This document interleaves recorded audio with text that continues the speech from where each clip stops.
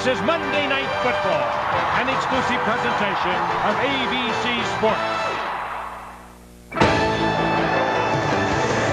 Like a rocket burning through time and space, the NFL's best will rock this place. The battle lines are drawn in the AFC. The Patriots take on Miami. You better be ready, strap in and hold tight. New England wants Dolphins in their chowder tonight. Hit it! Come on and hit it! Come on and get ready! Are you ready for some football? A Monday night party! Yeah, this is Hank and I'm ready to get this big blast started!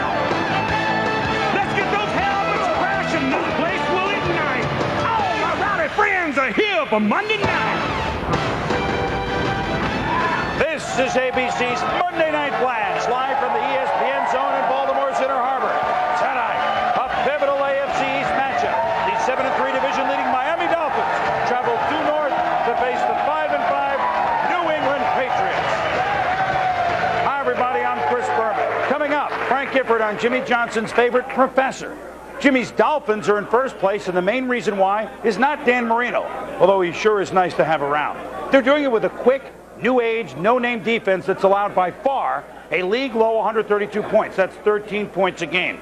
As for the Patriots, their season has fallen like leaves off a tree in a New England autumn. They followed a rousing 4-1 start with a 1-4 thud, in which the offense has all but disappeared. First place has turned into fourth place, and a loss tonight could dash hopes of even a wild card berth. And to that, the news that in all probability the Patriots are moving 97 miles from suburban Boston to Hartford starting in 2001. A Patriots odyssey.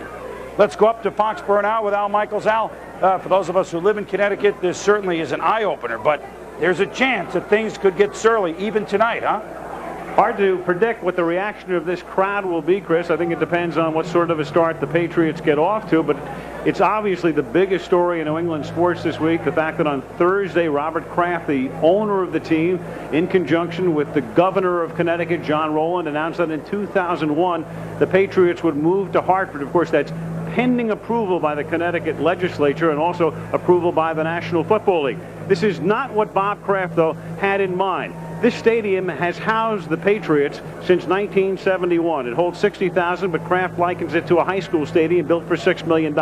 He couldn't get this refurbished to his satisfaction. He really wanted to move near downtown Boston to South Boston. They couldn't get that done. And so along came Connecticut with one of the great deals in the history of professional sports, and there is the artist rendering of what would be the Patriots' home stadium beginning in the year 2001 in downtown Hartford. Now, as far as the players are concerned and the distractions are concerned, what will this mean? Well, a few minutes ago, we asked the quarterback, Drew Bledsoe, about it. Well, you know, it really doesn't impact us yet. There's a lot of reaction from the fans and so on, and that's a distraction. But it doesn't impact us. We got to play here, and then when we go down there, it'll be a great thing for us. But we would love to have stayed here, but it just didn't work out. I harken back to 1995. We did a Monday night game the Monday after the Cleveland Browns announced they were moving to Baltimore. And that was a whole other situation. This is a regional move. That was a real big-time move. The Browns at that point were 4-4. It was such a distraction for the balance of the 95 season. Cleveland wound up going 1-7. And the Patriots season, Chris, is on the line tonight. They better not be distracted. No, that's for sure. By the crowd, neither. Have a good game tonight, Al. The move geographically, as you point out, about the same as, well, let's say the Packers moving from Green Bay to Milwaukee, but it remains to be seen if fans in the hub will feel that way 2.5 years from now. They might feel that it's outside the zone. Speaking of which, tonight in the Home Depot Outside the Zone feature, Jimmy Johnson reveals for the first time one of the secrets of his success, and it's all about going with the flow, as we learned from Frank Gifford. Frank? Well, Chris, Jimmy Johnson's obsession with football is well known, but he has two other interests that are nearly as intense: tropical fish and the study of psychology. His major at Arkansas. Jimmy's favorite psychologist is a University of Chicago professor, Mihaly Csikszentmihalyi, and Dr. Chick's book, Flow, The Psychology of Optimal Experience, has formed the basis of Jimmy's coaching philosophy for the past 10 years. You got a couple of Hawaiian yellow tangs. There's a sea bay clownfish. It's really an enjoyable hobby. A lot of times when I have a lot of things on my mind, I can fiddle around with my fish tank, and it can kind of relax me to where I can do a better job of coaching football. Johnson also finds pleasure in the doctor's book, Flow. He knows just about every word by heart. As he stated in his book, what really makes us happy is really the experience of flow, where an individual's involved in an activity, and he's so involved that he really doesn't think about anything else, and nothing else really matters. I think he is right on from what I heard. Jimmy Johnson has a feeling of what is essential about sports. Now, how to communicate that to players may be very difficult, and I don't envy his job there. I talk to the players about flow every day. Let the mind control the body, not the body control the mind. I think the biggest thing is that players have to enjoy the moment. You know, they have to enjoy going out and preparing for a ball game. Ideally, you shouldn't be thinking about whether you're going to make a good play or not. You should just instinctively follow the movement of the whole team, and so it should be like a ballet where everybody has his own place and is able to move with the flow of the game. What I call flow turns out to be very similar to what athletes call being in the zone. You don't notice the mud, you don't notice the rain, the snow. They're totally unaware of anything else other than their performance and having success. How can they compete? I don't know how they can compete. I'm sure there's a lot of players. They might not even be able to pronounce Dr. Chick Sent Me High's name. Can't for the life of me pronounce that. Who? I don't know any of them. Oh, wow, okay, flow. But they experienced flow not even knowing what flow was. That's what motivates them to come back again. I invited him for a ball game, and he said, well, he didn't know a whole lot about football and stuff. I would love to see how he translates these ideas into practice. Yeah, the trick is, I guess, would be to apply it without even telling them, and I think probably that's what you do anyway. The guru and his pupil occupy different universes, but as the professor has now seen firsthand, the flow can be a force on the athletic field of battle. Since getting together at the Carolina game, Jimmy has agreed to write a foreword to Dr. Chick's new book, Flow in Athletics. And Chris, if the Dolphins end up in the Super Bowl this year, well, it could be required reading next season for every coach in the game. Also the proper pronunciation, I might add. Chris? Maybe an idea for early Christmas shopping, Frank. Jimmy's hoping to be in the flow again against the Patriots after losing all three to the Pats last year, including a playoff game. A month ago, his Dolphins beat New England, 4 field goals, 12-9 in overtime. Ahead in our Bio Blast, New England's Ty Law on Ty Law. We'll lay down the law when we come back.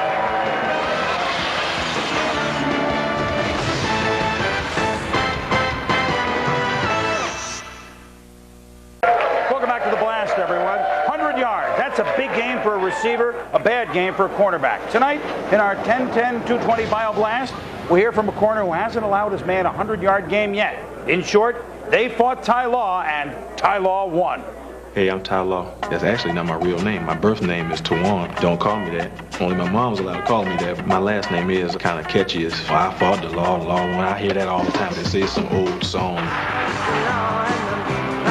It's not very many times that a defensive guy gets into the end zone. Once you get in there, you just let it all hang out. Let's do it. I'm a big movie critic, but I like comedy, horror. I can put on a Bruce Lee movie and watch it all day. When I retire, I'm going to move Cisco and Ebert out. I think I'll, give everybody thumbs up and thumbs down, try acting or something like that. I don't like to play a thinking man's game. I just like to react, and I just like to hit. If I had my choice, I would play bump and run every single snap. If you beat me, you're the better man. If I beat you, I'm the better man. When I got up here, I got kind of hammered by the media. Too slow, couldn't run with Jerry Rice's and Herman Moore's. It bothers me. I'm still looking for that respect amongst my peers, and right now I don't think I have the respect. Sooner or later, I will, because I'm going to make it happen. Always good to hear even a snippet of the dulcet tones of the Bobby Fuller Four. By the way, this is a typical lunch for the hard-working Law. Stairs, hops, sprints, jump roping, and 1 apple. Let's go back now to Foxborough and join Dan Dierdorf from Boomer Esiason. And Dan, with the run-first offense, Miami's Dan Marino, I got to feel like he's been forced to go on a diet that he doesn't like. Chris, don't be using those 4-letter words around me like that. Diet. Bad word. Maybe it's not such a bad thing that Dan Marino doesn't fill the air with footballs against the New England Patriots.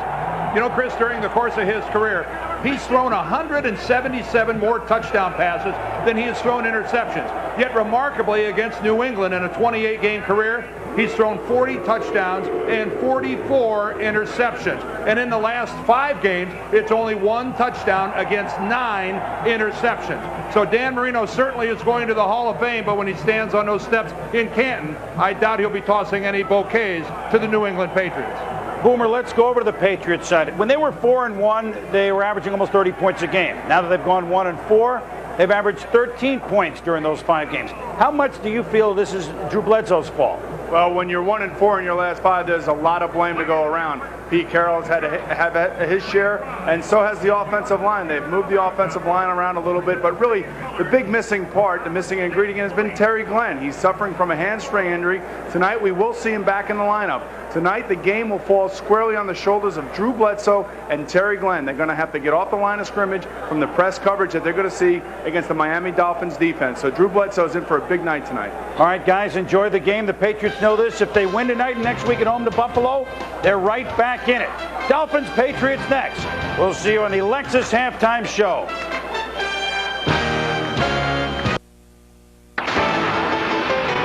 Are you ready for some football? The head coach of the Miami Dolphins is a man who has eyed and been to the National Football League's pinnacle. At Dallas, Jimmy Johnson twice took the Cowboys to the Super Bowl. Straight drop, throws it over the middle. Irvin at the 3, in corner, touchdown, Cowboys. At Dallas, he won 2 world titles with a core group of superstars leading the way. Now, with one notable exception, the Miami Dolphins are a team void of superstars, yet this season Johnson has them winning. Marino looking, he throws. Touchdown, Miami. Dan Marino is still the big gun, but other factors have contributed to Miami's success. 1, 2, 3, go! I think a lot of people fail to realize that this is a team sport, and so there's a lot of different ways to get the job done. Right now, the strength of our football team is with our defense, but we've got to be more efficient offensively if we're going to really make a run at it. Tonight, the AFC's Eastern Division leaders, the Miami Dolphins, take on the New England Patriots, one of the top rivalries in the NFL, on ABC's Monday Night Football. Some 30 miles south of downtown Boston. This is Foxborough, Massachusetts. Foxborough Stadium, home of the Patriots since 1971. The big question, though, how much longer? On their way to Hartford in 2001 or not? Well, we'll discuss that throughout the course of the game tonight. Al Michaels along with Dan Dierdorf and Boomer Esiason. Big game in the AFC East. The aura around the Miami Dolphins has changed. It used to be Marino and high scoring and very mediocre defense. But this season, a whole other story. Great defense, good running game, and when these two teams met on October 25th, the final score was Miami 12, New England 9 in overtime. 7 field goals, no touchdowns. If Miami wins tonight, they'll take a big step toward the division championship. For New England, a whole other story. A long, a very extensive injury list. Their team logo should be an ice pack. But if they win tonight, they're right back in the playoff hunt. If they lose tonight, their logo will go from an ice pack to the initials DOA. It's as simple as that. Big battle in the AFC East. Miami against New England from Foxborough coming up on Monday Night Football.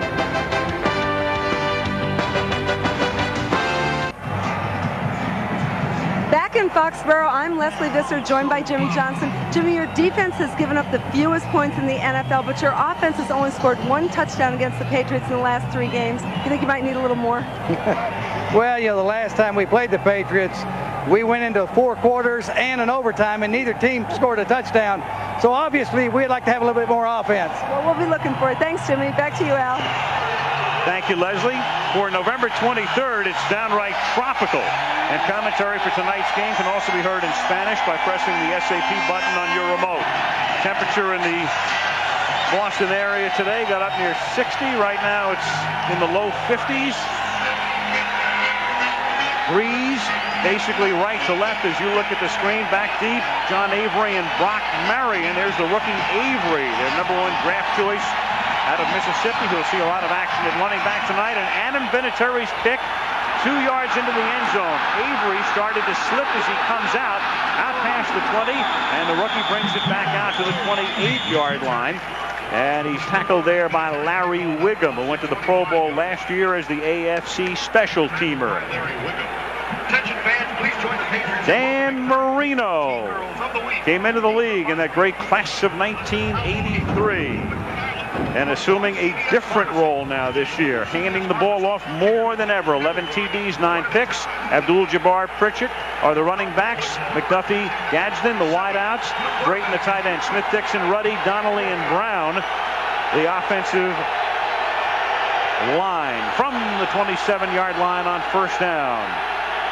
Marino to put it up. So immediately going to the air, but it is simply flat out dropped, and a flag is down. Aronde Gadsden dropped it on the near sideline. You're going to have offensive pass interference here. Gadsden pushed off. And these are the types of things that the Miami receivers have been unable to do as the season has progressed, is get separation. One way to get it if you're Chris Carter or somebody is to push off, but you're not going to get pass the call. interference. Offense number 86. 10-yard penalty, repeat first down. If you're a young wide receiver. Well, at least if you're going to go to the trouble to push off, catch the ball. Right. He got the double whammy. He got a penalty, and then he also shook his confidence by not handling the ball. You can see it's going to be a fight all night long with the receivers and cornerbacks from both sides of the field. And that time, Gadsden pushed off and didn't get away with it. And right now, Jimmy Johnson is going, that's what I get for throwing the football. Yeah, he doesn't like that. First and 20 from the 17-yard line now. And to the ground, Abdul-Jabbar picks up simply a yard, so it'll be second down and 19. Let's look at the New England defense, and they've really been hurt along the front line. It's Collins, Eaton, Henry Thomas, and Chris Sullivan starting there tonight. Slade comes back out with an ankle problem last week. Johnson has been great in the middle. Bruschi on the outside. Law, Israel, Malloy, and Clay in a very good secondary. The Pats haven't sent a guy to the Pro Bowl out of the secondary since Ray Claiborne in '86. This year you could see Law and Malloy both going. Certainly Law. Second and 19. Off the fake. It is dropped again. So 2 drops. O.J. McDuffie dropping this one. Third down and 19. Maybe these guys don't like playing in the cold weather. It's not that cold down there on the field, but certainly Jimmy Johnson looked uncomfortable before the game. But they don't want to hear about it being cold and not making the catch. You got to make those catches. Well, Jimmy Johnson has made it well known that all he wants to do is hammer the football away. Don't hurt yourself from a field position standpoint. I have the #1 defense in football. I'll let them win the game for us. 2 drop passes getting this game underway have to infuriate Johnson. Crowd really into it at the outset. Third down and 19. Out of the shotgun. Marino throws, and it's almost intercepted. Good coverage. Steve Israel broke it up, and there's a marker down. This is going to be some sort of late hit or illegal hit with the helmet. Well, they looked like they almost stepped on the Miami receiver when he was down on the ground. It might be number 36, Lawyer Malloy, who hit Lamar Thomas. Yeah, I don't know if that was what the call was. Referee tonight in the white hat is Ed Hockley. Well, we don't need any more of these things going on.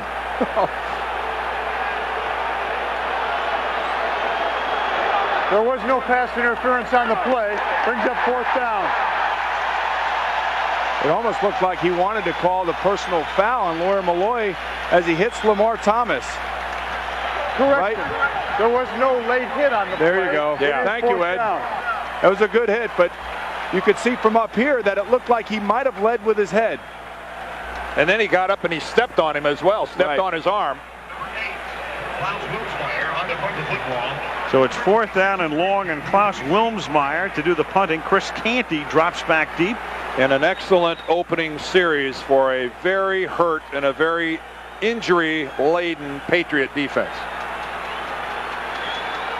Wilmsmeyer, a one-time 49er. Good kick, high and relatively deep, and fair caught by Canty at the 38-yard line. And that's where New England will take over. Drew Bledsoe, who guided his team to 4 wins in their first 5 games, scoring 21 or more points in each. And yet over the last 5 games, 21 or fewer points for this team. Edwards, the rookie, with Carter in the backfield. Jefferson and Simmons are the wideouts. Coach the tight end. Armstrong, Irwin, Woolabar, Rucci, and Lane up front. Now, Boomer talked about the importance of Terry Glenn, who's been out for a month with a hamstring pull. Not starting, but expected to see action. He'll be in and out of the game all night long, or at least Pete Carroll hopes he will. Simmons, the rookie, is in motion from the 38-yard line. And Bledsoe hit as he throws, and it's incomplete. Tim Bowens hit him as he threw it, causing the errant pass. 2nd down and 10. Let's take a look now at the Miami defense up front. Kenny Mixon is a rookie. Bowens has been great. Gardner and Taylor on the outside. Rodgers, Thomas, and Robert Jones, the ex-Cowboy, really coming into his own. And there's the defensive line again with their secondary. Terrell Buckley heading that one up, with Madison at the corners. Jackson and Marion are the safeties, as Derek Cullors is stopped near the line of scrimmage for next to no gain, maybe a minimal yard. And there they are in the secondary with Buckley and Madison, the pressing corners, and Jackson and Marion at safety. Sam Madison doing a good job at his cornerback spot. We're also going to see a lot of Patrick Surtain, and we're going to see Terry Glenn in the game for the first time right here. This is where the matchups are good right now for the New England Patriots, to get Terry Glenn going one-on-one against Terrell Buckley. 4-man rush on 3rd down and 10. Good protection, and then the underneath pass is caught by Ben Coates, but nowhere to go, and he's tackled at the 37-yard line. So the Pats took over after a Miami punt, but can't do a thing. To tell you how bad things got up here in New England, you can see right here, this is the only NFL team that has not scored on any first possession in any game. And, you know, people look at things when you're losing, and you can see right there is one of the problems that they've had, and it's been bad pass protection, and they haven't been able to run the football. In fact, only once on the first drive did they even get into a position to attempt a field goal. Cooper's punt, a liner caught at the 20-yard line by Terrell Buckley. And the one-time Florida State star runs out of bounds up at the 28. So each team 3 and out on its first possession. We've played 2 minutes 35 seconds in Foxborough, and there's no score.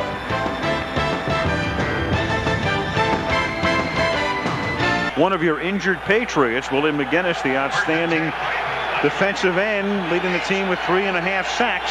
He's got a chronic groin problem that just won't get better. It'll be interesting to see how much football Willie plays the rest of the year.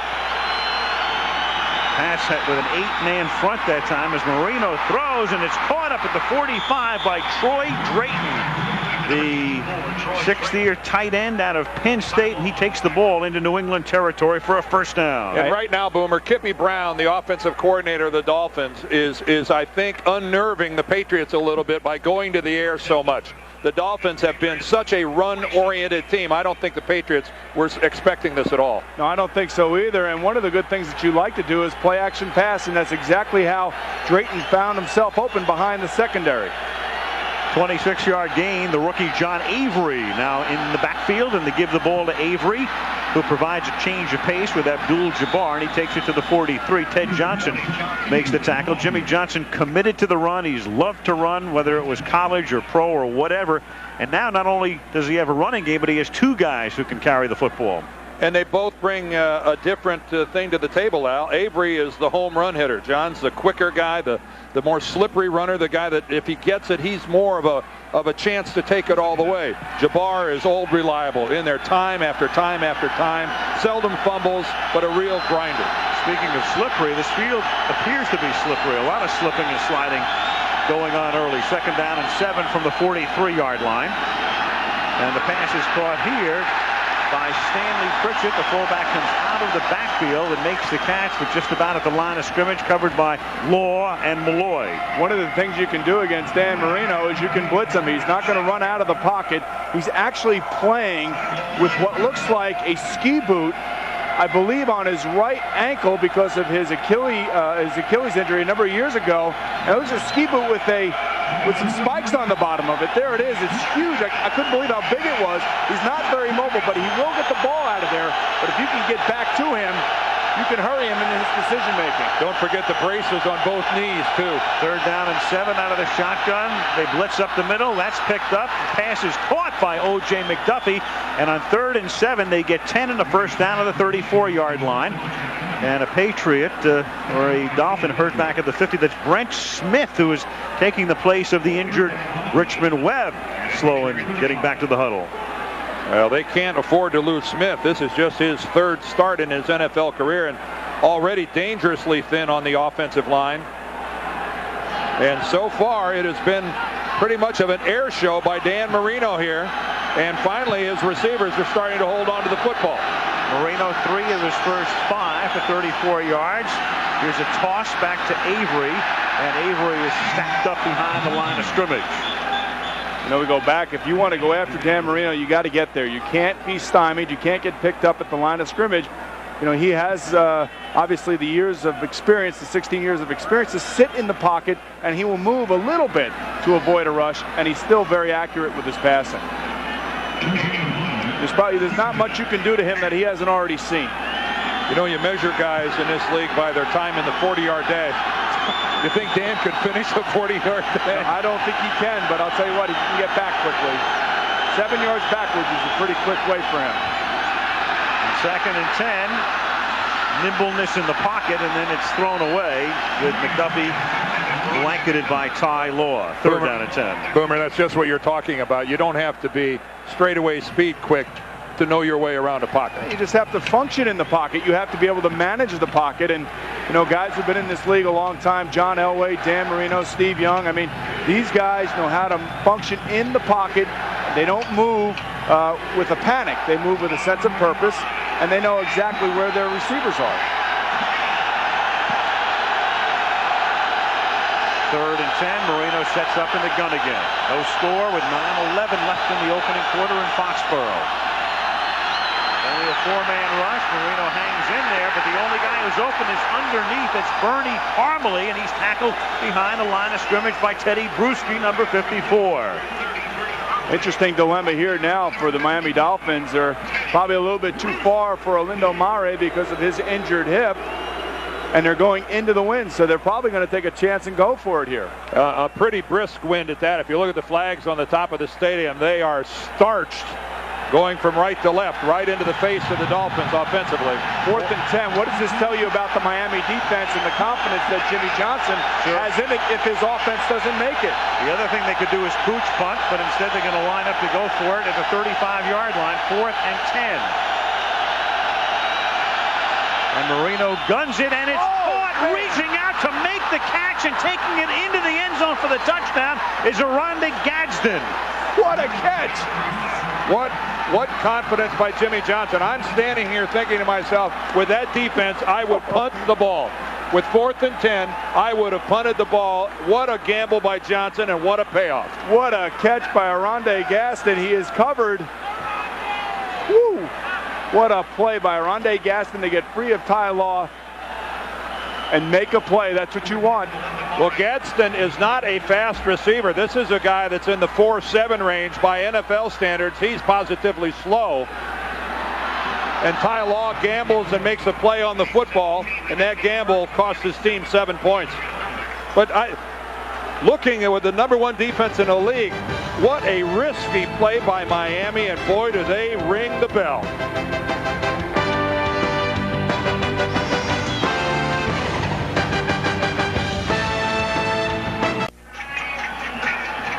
Aerial coverage tonight being provided by Canon Cameras. Foxborough Stadium, Foxborough, Massachusetts. Roughly 30 miles south of Boston. Actually, it's closer to the Rhode Island border than downtown Boston. A lot of the teams, when they come in to play the Patriots, stay in the Providence area. Very short kick fielded at the 21-yard line, and Chris Canty brings it back to the 32. So Bledsoe and the Pats offense come back out with Marino and the Dolphins up 7-0 early.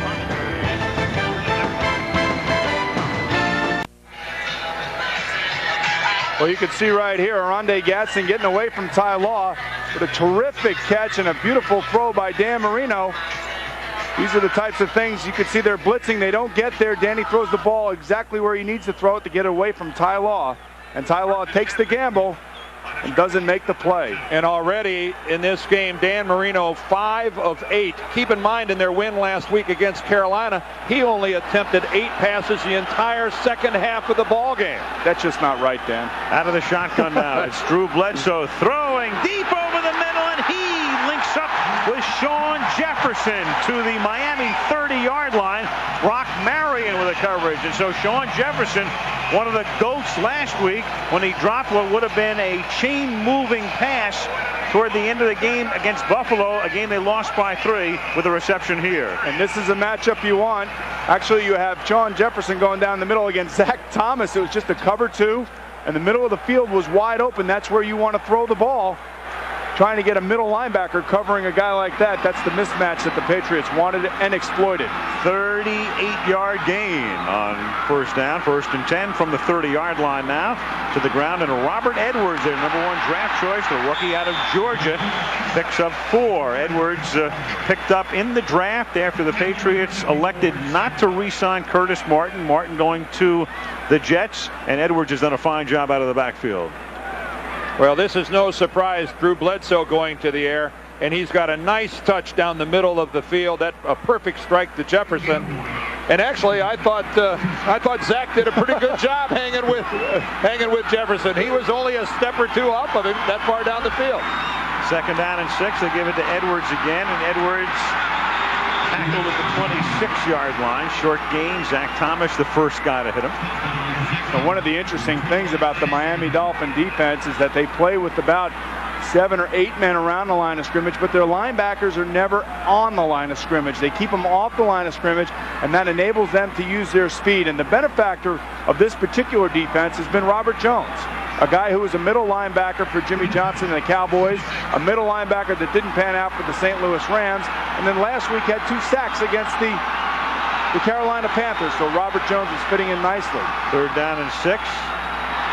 Nearly jumped. In fact, the Dolphins did jump after some confusion in the secondary, and over the middle it's incomplete.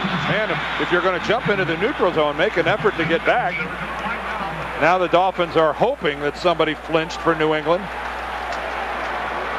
Shane Burton, number 75. Offside.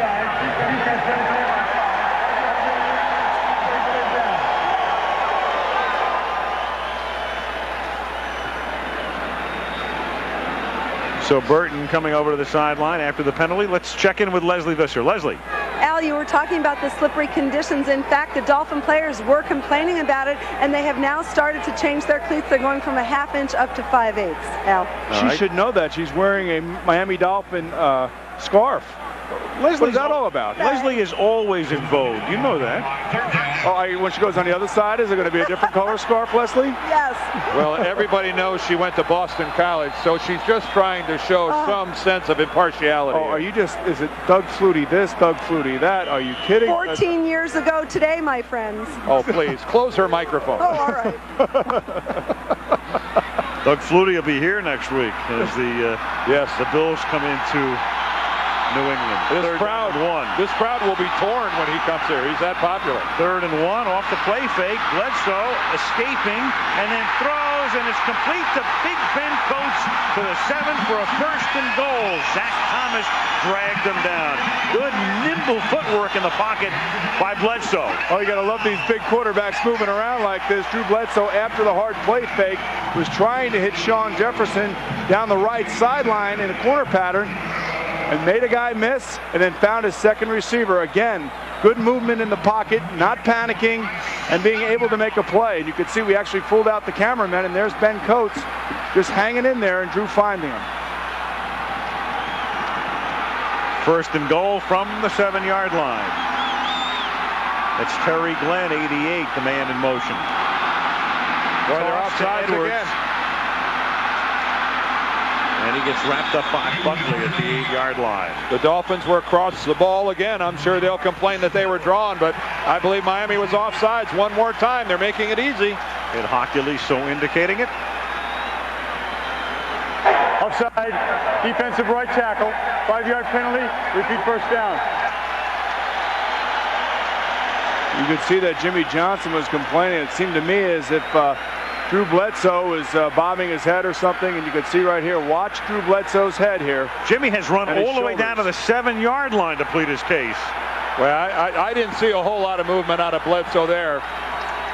I think it's the inflection of his voice that's doing it. Jimmy just ran a 4.540. Yeah, well, Jimmy showed a lot of movement, and something tells me there was a little inflection in his voice as well. First and goal from the 3. Whistles all over. Yep. No play. This has got to be offensive movement here if they're going to stop the play before the snap of the ball.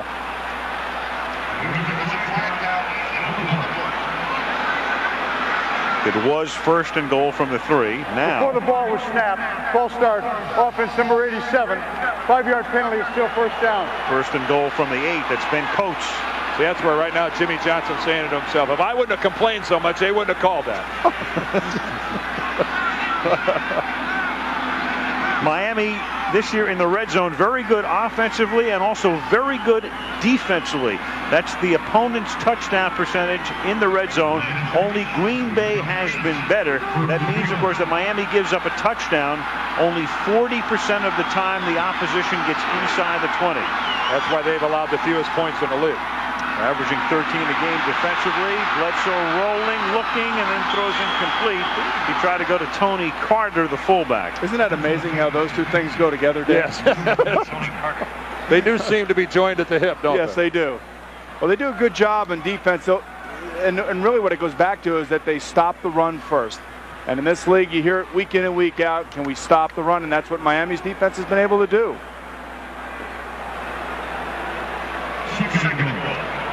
You can see right here, you got Terrell Buckley trying to cover Carter, and that's a mismatch on the other way. Terrell Buckley should be able to stay with him wherever he wants to go, so I don't necessarily know about the dynamic of that play and the drawing up of that play.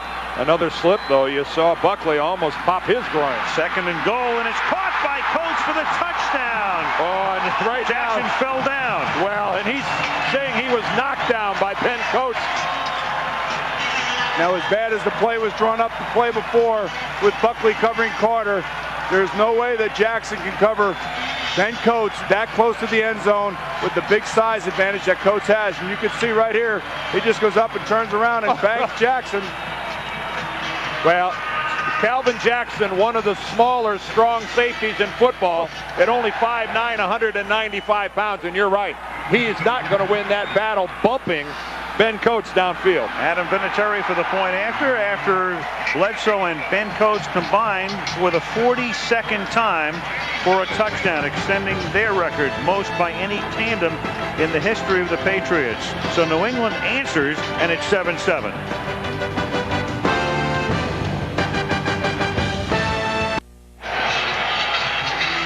The Miami defense going over things. Jackson right in the middle of the action there. Mike Westhoff, the special teams coach for the Miami Dolphins. They really had their problems last week. Jimmy Johnson said they spent a lot of extra time this week working on special teams. 13 years Mike's been at the helm. John Avery from the 3. Mississippi rookie. It's tackled by Vinatieri, who drags him down from behind, tripped him anyway at the 42-yard line. That's Dante Scarnecchia, the Patriots special teams coach, and he ought to thank Adam. He just saved the touchdown. And the last time these two teams played, Avery had a couple big returns, especially late in that game. And here you come, you're John Avery. You see the wedge right in front of you. They do a good job of creating a seam, and Vinatieri saves a touchdown by making a play most kickers do not want to have to make. End up at free safety, keep making tackles like that, Vinatieri. At the 40-yard line with 4:16 left in the opening quarter, the game tied at 7.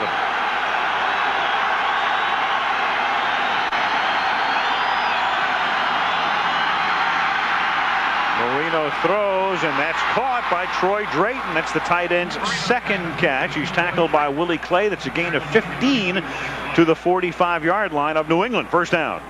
This is the new play in the league this year where the quarterback fakes one way and rolls the other way, and most of the time the tight end keeps coming with him. But now quarterbacks are pulling up and throwing back, and I've seen this play time and again, week in and week out. I can tell you this passing attack by Miami has got New England right now a little puzzled. They've been expecting the run to be hammered at them. This is taking them and catching them off guard. Dan is 6 out of 9 for 84 yards. It's stopped in the backfield by Chris Sullivan is Kareem Abdul-Jabbar. They're shaped like a Buckeye. That's what we both have in common. Second down and 11, and Marino going deep, and it is incomplete, intended for Ihani Owezike. Juggled. He was inbounds, but he was juggling on his way across the chalk. Incomplete. Now, one thing every quarterback wants to have when he gets into a game, he wants to get himself into a rhythm. And unfortunately, Dan Marino hasn't had the opportunity much of the time to get into that rhythm. But tonight we're seeing balls are delivered crisply. They're on the targets. They're accurate. And this is the type of thing that a quarterback like Dan Marino or Drew Bledsoe could be very dangerous as the game goes on. That was a beautifully thrown ball. Absolutely, yeah. Where only his guy had a shot at it. Owezike, the former 49er, recently picked up by Miami. Third down and 11 now from the 46-yard line. Marino guns that, and it is intercepted at the 32 by Steve Israel. Intended for Lamar Thomas. Israel got in front of him and picks off Marino. Israel gets his first interception of the year, and he is finally working his way back in. He had knee surgery in the offseason. They expected him to be the starter on opening day, but he has been late to get back into the lineup. Finally, he starts to make a contribution. For the Patriots, their 18th pick of the season. Game tied 7-7. All right, after the last play, you can see right here, O.J. McDuffie and Chris Canty right here come in and have contact. Jimmy Johnson is complaining on the sideline to the wide receivers that should be pass interference. You see right there, Israel make a nice interception of a poorly thrown ball behind Oronde Gadsden. Now from the 32, New England begins this drive, and swinging to the outside is Edwards. Nothing happening to the left, so he goes to the right, picks up a first down. Robert Edwards, their #1 pick out of Georgia, just another great Bulldog running back. I mean, you go back to Garrison Hurst and a fellow by the name of Terrell Davis. Who's that? Who's that? Some guy there named Herschel Walker, too, I seem to remember. Yeah, how about, look at Drew Bledsoe here, hustle to try to get back into this play. Watch the right of your screen. There comes Bledsoe. He's going to end up getting into Zach Thomas right there. Now that is outstanding hustle by a quarterback. Close your eyes, Boomer. I don't want you to look hustle at that. too if you're not careful. Out of the gun on 1st and 10 after an 11-yard gain from the 43-yard line. Bledsoe fires, and it's caught in Miami territory by Sean Jefferson, a little shy of the first down. They realize at 5-5, if they go to 5-6, for all intents and purposes, this season is over for the New England Patriots. They have to win tonight's game. If they go to 6-5, they're only a game out of first in the division, and right back in at least the wild card hunt. As Edwards gets taken down on 2nd and 1, he loses one. Now you start looking at future schedules. The Miami Dolphins have one of the tougher schedules left, but with Buffalo winning yesterday, the New York Jets winning big down in Tennessee, New England has to keep pace, and this is a desperate time up here for Pete Carroll and his team. And with the announced move of this team going to Hartford, it just makes it that much more imperative that they play well tonight and they win. Miami, in fact, Boomer, has the toughest remaining schedule in the division and second toughest in the league. On 3rd down and 3, as Bledsoe fires, and that's incomplete, and Lovett Purnell gets up and says, "Where's the flag?" and doesn't find one. Zach Thomas, I think, is just going, that's just pretty nice coverage. What's everybody yelling about? You can see how short Zach Thomas is compared to Drew Bledsoe, but he is one tough cookie inside. He's only 5'11", 240 pounds, but he is the heart and soul of that defense. Well, and I think he's showing that he does a lot more than just play the run. He's a lot more than just a run-stuffing middle linebacker that has to come out in passing situations. Zach covers a lot of field. Tom Tupa to punt. O.J. McDuffie, who doesn't run back a lot of punts, he's only returned 2 this year. Fair catches it at the 7-yard line, which is something you normally don't do, and probably one of the reasons he's only returned 2 this season. Miami, as we mentioned, the toughest remaining schedule in their division and second in the league. Only New Orleans has a tougher remaining schedule. And there it is, the Dolphins facing New Orleans, and then at Oakland, the Jets, and a huge one at Miami. And Denver in a, well, we don't even want to think about what that could be on December. Well, we do want to think about it. You know, when you look on December 20th, Denver, Miami, Elway, and Marino haven't faced each other since '85. And the question that night will be, will Denver be 14-0? And we all remember that it was Miami that derailed the '85 Bears in their run to perfection, their only loss of the year. Right. Ooh, it's too exciting to even think about. 1st and 10 from the 7 in the waning moments of the opening quarter. This is Avery to the outside. And he picks up a yard, maybe 2 up to the 9, which should be the final play of the opening period. You know, when you look at their final schedule, guys, the thing is that all those teams on there have good defenses. You know, and they have to go to Atlanta the last week of the season. That could be almost an impossible game for them to win, especially if Atlanta's fighting for home field advantage in the playoffs. End of the first quarter, Miami 7, New England 7, and Monday Night Football resumes after this message and a word from our ABC stations. Foxborough Stadium in Foxborough, Massachusetts. Al Michaels with Dan Deerdorf, Wilmer Esiason, and Leslie Visser. As we start the second quarter, good opening period. 7-7 is the score. And the Dolphins have the ball at their own 8-yard line. It is 2nd down and 9.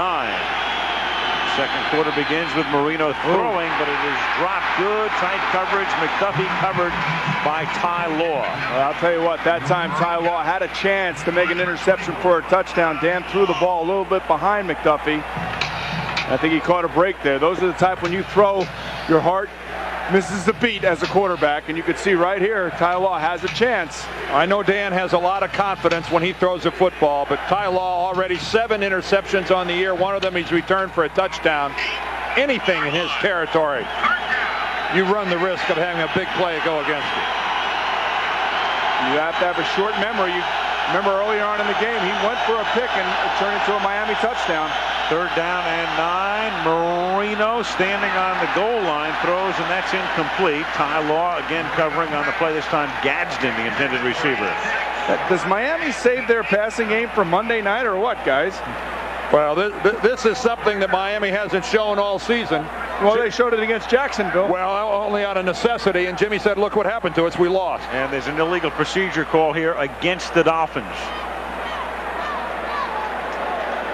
Ooh, that's a lot of contact downfield by Ty Law. Well, when you're having a great year, you can get away with things, and certainly Ty Law, as each game has gone on, he's gotten more confident about his abilities, but also to get away with things, I'm sure. Well, part of the problem was there, I think, that Gadsden didn't really look like he was running a legitimate pattern. He didn't seem to have a plan. That's not good when you don't have a plan and you're a wide receiver. That was illegal procedure as it turned out, and no play. The penalty takes it back to the 4-yard line. 3rd down and 13. Marino throws. It is caught up at the 9 by O.J. McDuffie. Tackled at the 13, well shy of the 1st down, and the punting group comes in. You know, so far, guys, if you just walked into this stadium, you'd have no sense of what had taken place last week in terms of the team having announced that it would be moving to Hartford. Nobody really knew what to expect here tonight, but to this point, at least as far as we can feel, it's like every other football game we've ever seen here. We were close. We were apprehensive. Well, we were looking for banners and maybe there'd be some negative sign. In reality, you're right, Al. This is just like any other game. Wilmsmeyer sends it down to the 50-yard line where Chris Canty takes it, and Canty brings it back to the 33, and you saw the flag coming into the picture. Bring it back.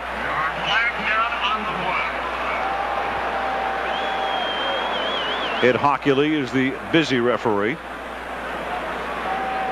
I just think it goes back to the fact that I think a lot of the fans recognize that Bob Kraft has tried to keep the team here and has tried to put the team in Boston to no avail, really. And also, it's a regional move. Even we're not going to tell you that it's any less than 100 miles from downtown Boston to Hartford. That's what it is. But the team name remains the same. And Kraft was telling us yesterday, as you look at the holding call coming up here on New England and their face mask offsetting against Miami, that he fully expects at least 40% of the current season ticket holders here to renew in Hartford. Hurry now. There were fouls by both teams during the return. Holding by the receiving team, number 34. There was also a personal foul, face mask, by the kicking team, number 19. By rule, the penalty's offset at the spot of the receiving team's foul. They keep the ball, first down. Nate Jaquette, number 19, to Bucky Jones, number 34.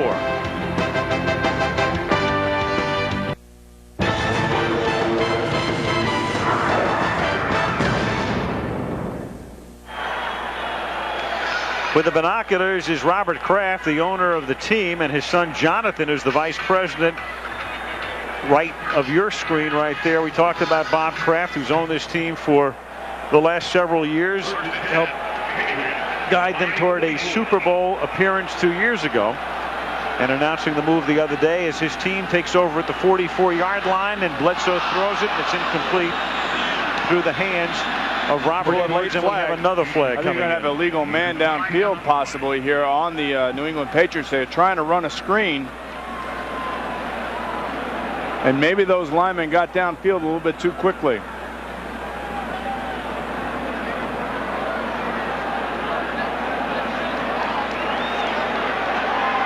We have seen a plethora of flags so far in this game. We're barely into the second quarter. More than our fair share, I think. This is a maxi plethora. Offensive interference, huh? Pete Carroll, second year as the Pats coach, took over Offensive for Bill pass Parcells. interference. Offense number 71 was downfield blocking before the pass was thrown. 10-yard penalty, repeat first down. Todd Rucci. Now, well, how do you not then have an illegal man downfield? It has to be a legal man downfield, not a pass interference. Is that right? Or well, he'd have to be illegally downfield before the interference, wouldn't it? Because That's it wouldn't be an exactly right. interference until the ball's thrown. Right. So, although we're splitting microbes there. Well, we're going to have to check that one out. I don't know about that one. Well, Boomer, why don't you go check it out? I'll be back in a minute. We'll keep your headset warm. Boomer, go down and get us a variety of food stuff. See now, check it out. You're Come starting back up. with me again. No. Okay.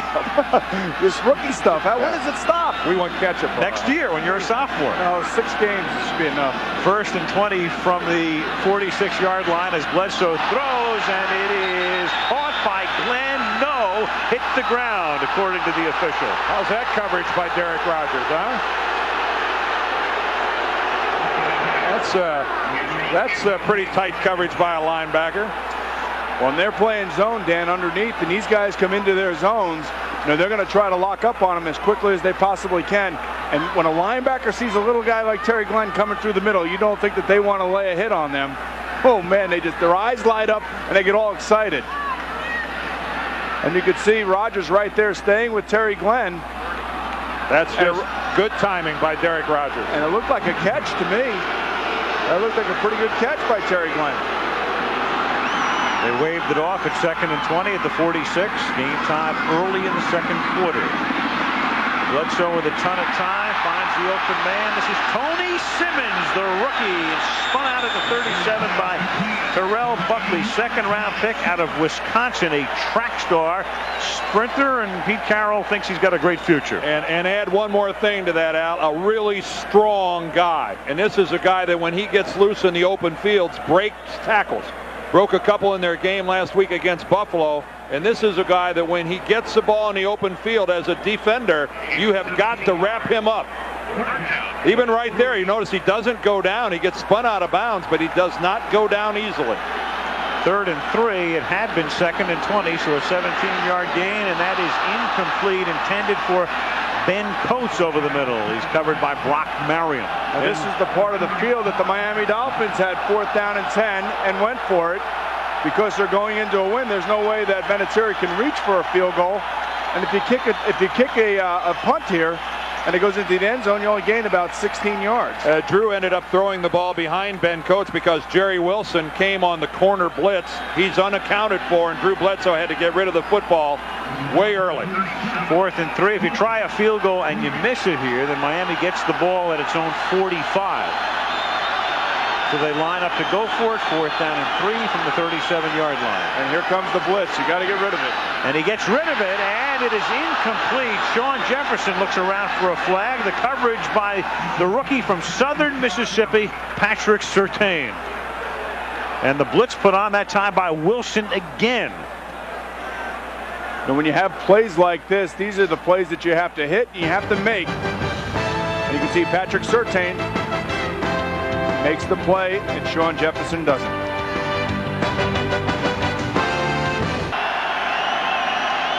After the 4th down miss, it's 1st down for Miami at their own 38-yard line. And the ball is given to Kareem Abdul-Jabbar, who gets taken down after a minimal gain. You know, we can talk about so many aspects of this impending move, but 10 years ago, somebody said the National Football League would have teams in Jacksonville, Charlotte, Nashville, Hartford, and not in Los Angeles, and not in Cleveland, at least for now, and not in Houston. You'd have thought they were nuts. No, we've seen an unprecedented amount of movement, and you know, Boomer started to talk about this, but Bob Kraft invested 4 years in trying to work something out where the team would stay in Massachusetts. The last thing in the world he wanted to do was go to Connecticut. 2nd and 9, and Abdul-Jabbar to the 43. He's a native Bostonian. He loves this area.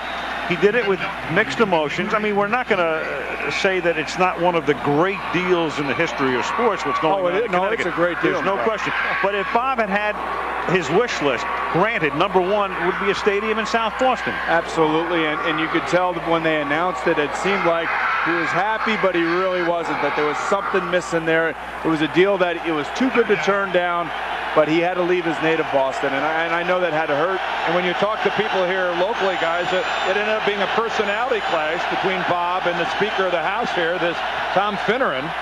And these two guys, don't invite them to the same Christmas party. To Bucky Jones with the coverage there on Ihani Buwezike. You know, it goes back to it. You know, should a stadium be publicly funded? Shouldn't it be?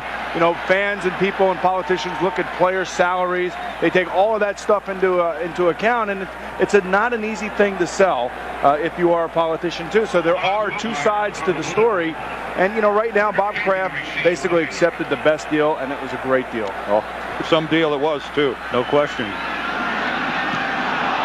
Klaus Wilmsmeyer to punt.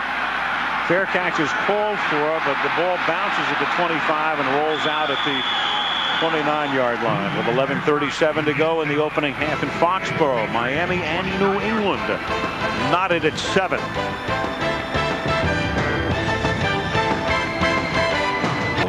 $11:37 left in the opening half at New England in a very key battle in the AFC East. The Dolphins coming in 7-3 and on top, half a game in front of the Jets. New England losers of 4 their last 5 at 5-5, trying to get back into the race. 7-7 is the score as New England begins this drive at its own 28-yard line, 1st and 10. And it's Robert Edwards behind Tony Carter, and he gets bunched up at the line of scrimmage. Let's go to Leslie Visser. Al, I am with Bob Kraft. He's on the phone right now, so perhaps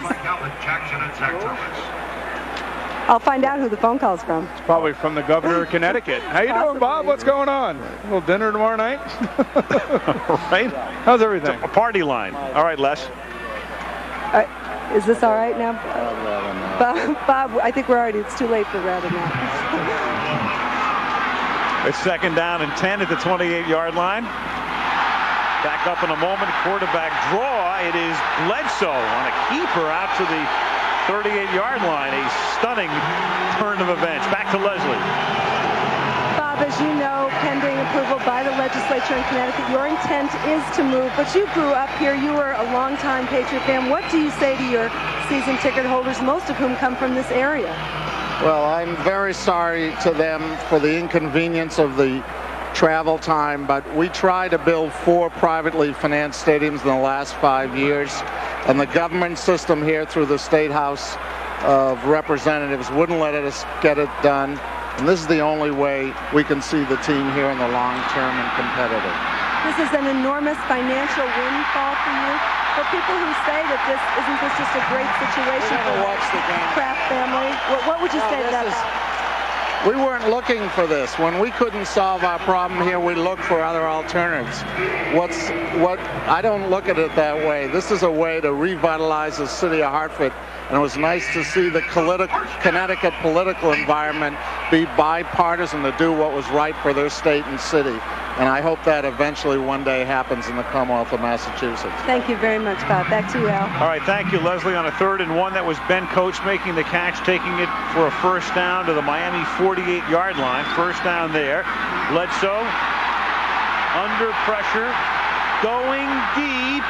Contact is made, but no flag. Sean Jefferson, I think, was trying to do everything he could to get an interference call, but the officials don't buy it on the underthrown pass. Second down. He actually had Sean Jefferson, but this is the part of the field where you're throwing it into the wind, and that ball actually died around the 5-yard line. You know, Drew looked like he put everything he could to get it down there. He wouldn't win a punt, pass, and kick contest with that particular throw, but that might have been better served to throw it the other way when you had the opportunity. 2nd and 10, the ball at the 48-yard line. 9:26 left in the opening half. Cedric Shaw is in the game at running back. And that's Shaw with the ball, spelling Edwards, and gets taken down by Zach Thomas. What a terrific tackle that was. Well, it's a perfect look at what makes this Miami defense work. They have 2 giant tackles in the middle, in Gardner and Bowens.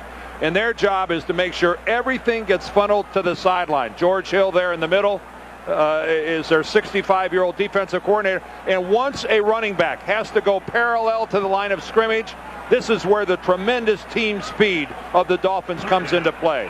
And Zach Thomas, such a great burst to the football, gets there right at the line of scrimmage. That is the entire design of this defensive team. 3rd and 11 as Bledsoe throws and underthrows it. It is intercepted by Sam Madison. Comes across the 50 and inside the 40-yard line and taken down at the 38-yard line. Just a terrible thrown ball by Drew Bledsoe that time. It looked like to me he was trying to underthrow the receiver, and the receiver was trying to run. You could see right here Simmons is the rookie. He tries to underthrow the ball, and Madison comes back and makes the play, and Simmons keeps going on. You have to be careful when you're throwing it to rookies on the sideline trying to do something cute like that. He just lays it out there. And Sam picks off his 4th of the season. That's the 16th for the team. Earlier, the Pats with their 18th interception, which leads the league. And this is John Avery on first down, taking it to the 28. A flag comes in at the end of the play after a 9-yard pickup. You're going to have a face mask, I think, right at the end of the play there. It might only be a 5-yarder, though.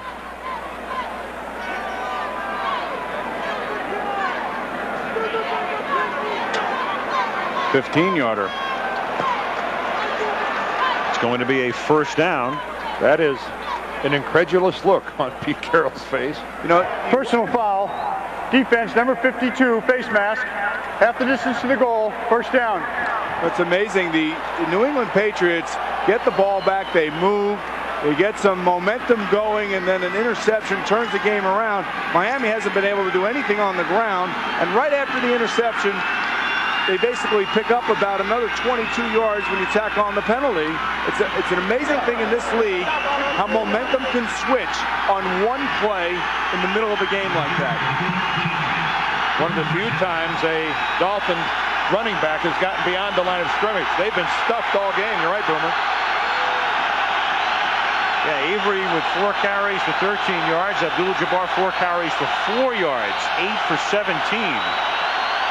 Here's Danny Audibling, actually something that he doesn't do very often. On first down, he gives the ball to Avery. And Avery takes the ball to the 11. That's a gain of 3. It'll be second down and 7. Something he used to do more than any quarterback in the game. They've made the offense so simple here for these young players just to play. And you can see their red zone offense is one of the best in the league. Problem is they don't get down there very much. When you really look at it, the amount of points that they score. But when they do get down there, they are efficient. But to go back to that for a minute, Dan, you're right. Dan Marino used to do it all the time at the line of scrimmage, but Jimmy Johnson has simplified this offense to a point where he might call 2 plays in a huddle, one to the right, one to the left. He'll read the defense, and he'll tell everybody at the line of scrimmage, this is where we're running. Second down 7 from the 11-yard line. Crowd in full throat. Marino guns it incomplete, intended for McDuffie at the 4-yard line. The coverage that time by Lawyer Malloy. Malloy doing a great job this year. Ty Law having a tremendous season, leading the league in interceptions. And we asked Pete Carroll about Pro Bowl performers last night, who would go to the Pro Bowl right now, and those were the 2 guys he picked out. And as we said, it's been 12 years since the Pats have sent a defensive back to Honolulu. Raymond Claiborne, as you mentioned earlier, Alan, you're right, Law was 7 interceptions, but he gets so much publicity, lost a little bit. Malloy has 5, and he's returned one of them for a touchdown as well.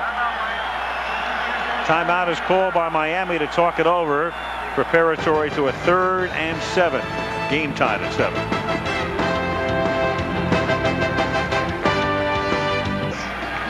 Aerial coverage provided by Canon Cameras. You look at Foxborough Stadium, constructed for $6 million in 1971. It opened in 71. That is less than Drew Bledsoe makes in a season. They also practice here, Al, and it's not the greatest facility to practice in. So to attract free agents, it's not a very comfortable situation either for the New England Patriots. Boy, but it's a lot of bang for your buck. 3rd down and 7 after the timeout, and it is caught by Aranda Gadsden. Aranda Gadsden, who this spring was playing in the Arena Football League for the Portland Forest Dragons, has just scored his 2nd touchdown of the night. This time a perfectly thrown ball by Dan Marino, high enough for his receiver to get, and the defensive back has no chance to make a play on it because of where he puts it and how quickly he delivers it. Beautiful pass protection by his line up front. Dan not challenged at all, able to step right into it. Gadsden holding that ball where all can see it, Boomer. Right. Pretty good first half for this guy. And Al, tell us something we didn't already know. I mean, everybody here has had their fill of watching the Forest Dragons play arena football. Break up them Forest Dragons, would you? They have. Gadsden's in Miami, and it's 14-7. 14-7, Aranda Gadsden. It's a pretty thin receiving corps in Miami in terms of quality. O.J. McDuffie's their key guy. One guy they drafted last year, Yatil Green, was injured in training camp in '97. They came back. He was injured again, so Yatil Green has yet to play a down in the National Football League. They've been scrambling. And another guy they drafted this year that they liked, a guy named Larry Shannon. He's on IR, and they were counting on him to be a part of this football team. So you're right. It's been a year-long scramble for the Miami Dolphins, and they still don't have any speed at wide receiver. Here's Orlando Mare sending that one almost out under Route 1. Interesting is that the size of his hands, he wears a triple extra large glove, and tonight he's already made 2 great catches, and you can see right there the way he's holding the ball. Tonight he's made 2 great catches with his hands away from his body. Actually, a couple of guys on the Miami Dolphins said that he can actually palm 2 basketballs in one hand. I don't believe that. I'd like to see that. 2 Nerf basketballs. You really don't believe it? Here's Bledsoe on 1st down. Deep caught at the 48 of Miami by Sean Jefferson. Bledsoe was giving Jefferson a little lip on the sideline after their last possession, and whatever they said, well, it's manifested itself with a 32-yard pickup. I think it was a good type of lip. It wasn't a problem that he dropped the last ball. He just said, hey, look, I'm still coming, and you don't get down on yourself. You know, last week he had a big drop, as Dan said, against Buffalo. But the thing that I like about Sean Jefferson last week, and it was refreshing, he stood up and he said, hey, if I make that catch, we have a chance to win the game. I take it on my shoulders. From the 47-yard line, Robert Edwards picks up Ford at the 43. Edwards was the first guy in the history of the league to score a touchdown in each of his first 6 games. But since then, the results have been quite dissimilar. Yeah, he's only scored 1 in the last 4. Hey, he hit the rookie wall. He hit the rookie wall, guys. Yep, look at the last 4 games right there, and look at his rushing average. It's dropped below 2.5 yards per carry. He was on the far side of 4 prior to that. 2nd and 7 from the 44. Dolphins leading by 7. Edwards is wrestled down by Derek Rogers. Again, if you go outside against Miami, it's tough sledding. With the central New England scene right there. And you mentioned it early on, Al, an absolutely balmy night for this time of year, the Monday prior to Thanksgiving. Yeah. Really far better weather than we could have hoped for this time of year. November 23rd, to think it was almost 60 degrees in the greater Boston area today as Bledsoe throws, and that is caught by Terry Glenn, and he is out of bounds at the 36-yard line, enough for a first down. The Patriots need points very badly on this particular drive. I mean, they were moving the ball effectively until Drew threw the interception on the last series. Now they have to get down and have to answer somewhere along the line here and get some points before halftime. Get some of the momentum back. Keep the fans into the game. Well, if they can keep Terry Glenn in the game, it's going to be a huge plus for this Patriots offensive football team. They are just different when he's on the sideline. From the 36, it's thrown over the middle. Glenn dropped it at the 30-yard line. The crowd wants a flag. Don't get it. Derek Rogers with the coverage. No, they're getting the matchups that they want, especially on first down, staying in the shotgun and staying in their spread offense. But the linebackers for the Miami Dolphins in the middle of the defense, in the middle of the field, on a zone situation, are doing a good job of harassing these receivers coming across the middle. You got to catch that ball, though. Of the 3 Dolphin linebackers, Derek Rogers by far and away the fastest. Last 4 games, Drew Bledsoe, it's very uncharacteristic, under 40% in 2 of those 4, including the game against Miami last month. And this one is caught inside the 30-yard line. And this is Glenn, who gets wrestled down at the 26. He's just not catching the ball cleanly. And he's been out for about 4 weeks, so you can see that he's suffering a little bit. But he's got to make those catches a little bit, not a little bit, a lot better than what he's making right now, because he's fumbling around out there a little bit. And this ball's so close to the first down marker, they're going to bring it in for a measurement. It looks like he had it cleanly, then it ends up on his hip. He still doesn't have it. Then finally he puts it away just before he gets hit by Rogers. When you're out of it a little bit, what ends up happening, you come back in, you start looking for guys that are going to be hitting you instead of concentrating on the football. And right there, Terry Glenn took his eye off the ball. See, he's looking for the guy that's going to hit him. Just catch it and turn forward and run up the field. Don't run to the sideline. All right, Boomer, 3rd and a couple inches. You take a shot here, or do you just play it conservatively and bang it in there for the first down? I run it. Ernie Zampese. I run it for a first down right here. Would you? Yes. Ernie making the call. Not tempted. Not tempted for a little play action and maybe a little quick slant. There's been too much dead time. You know what I'm saying? There's been too much dead time. Just hand it off. Oh, I thought you meant while I was talking. No. I had my feelings hurt there a little bit. You're paranoid. Thought you were a television critic for a second. Quarterback sneak. It is.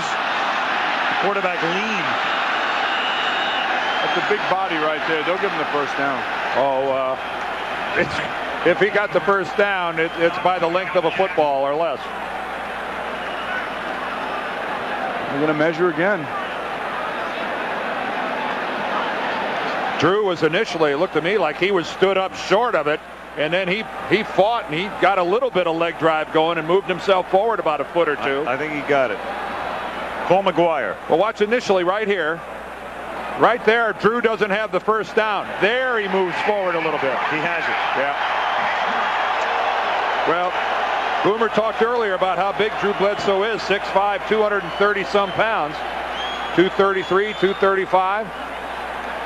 This is a game that Drew Bledsoe has to step up and he has to play well. He needs to have a big game tonight. He has to take this entire franchise and put it on his shoulders, and he's got to start making plays, and little plays like that signify to his teammates that he's playing in his game tonight. First down from the 26-yard line, and it is tipped. Darrell Gardner got a hand on it. One of the good matchups going here tonight is all-world left tackle Bruce Armstrong for the Patriots when he's working against Jason Taylor. Remember, Jason Taylor from our Miami game with Jacksonville a while ago when he had that great fight going with Tony Baselli. And Jason Taylor so far here in the first half, not much of a factor in this ball game.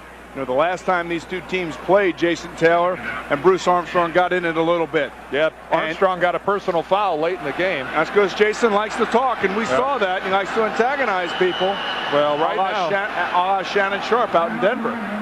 Nobody's that good. Did you see what he said this week? Yes. Oh, it's beautiful.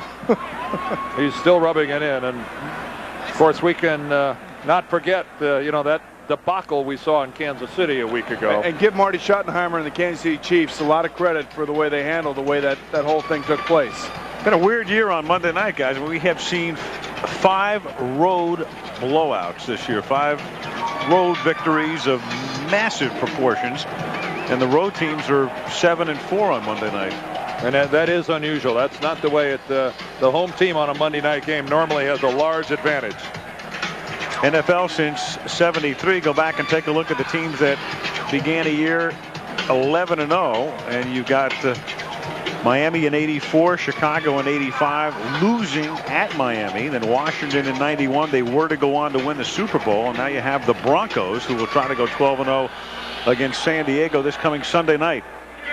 And they put 40 points on the board against an Oakland Raider defensive team that one of the very best in football this year. Willie Shaw's unit is just playing outstanding football. It has been a long time since I've seen an offensive team as crisp, as precise, as efficient as the Denver Broncos. Tonight's game, in the meantime, nothing doing on the ground for either team. It's all been through the air. It's 2nd down and 10 from the 26-yard line, and the play is whistled dead. Well, that's got to be a false start against the Patriots, because nobody from Miami came across the ball. Chris Floyd, number 37, actually moved as well, the fullback. Be interesting if they saw him or one of the offensive linemen. That's somebody in a blue shirt. Before the snap, full start, offense, number 87. Correction, 84. 5-yard penalty. It's still 2nd down. Jefferson. Oh, it just drives you crazy when a wide receiver does that. I mean, they have no business jumping off sides. They're so far away from the placement of the ball that all they do is watch the ball. That's a lack of concentration penalty. The kind that are perfectly avoidable and give coaches gray hair or no hair. And if you're 1-4 in the last 5, those are the things that basically, show up. 2nd and 15. Bledsoe throws. It is caught at the 25-yard line. That's Terry Glenn making the catch. Trailing him and making the play is Derek Rogers, the linebacker. Do you think because of Glenn's hamstring that maybe they're not really stretching the field with Terry, that he's doing a lot of crossing patterns, a lot of shorter patterns across the middle, Boomer? I think that they're trying to set him up against the linebacker, the swifter, the shorter, the quicker guy against the linebacker. And if you can get the ball out in front of him and let him run for it, you might be able to break him free. But that ball was a little bit behind. And you could see that his numbers are way down because of his injuries. He had a big year, his rookie year, and since then he's been injury prone. 3rd and 9. Derek Cullers in as the 3rd down. Back catch is made by Tony Simmons, the rookie, for a 1st down to the 14-yard line. Big grab by the kid out of Wisconsin. And with Simmons, you're putting a bigger body going across the middle of the field. At 6'1", 206, he actually looks bigger than that. And that is the kind of a target a guy like Drew Bledsoe loves to see in the middle of the football field. Nice catch with the hands. And Pete Carroll was saying that Tony Simmons plays big. And for those people who don't play in the NFL, playing big means that you're not afraid to go across the middle, catch the ball, and break a couple tackles, and make a play out of it after you catch it. 1st and 10 from the 14. Bledsoe to throw. It is caught at the 9 by Ben Coates, and he gets wrestled down. It's going to be 2nd down and 5. 2-minute warning coming up. And the Pats have 2 timeouts at their disposal. 2 minutes remaining in the opening half, with the Dolphins on top, 14-7.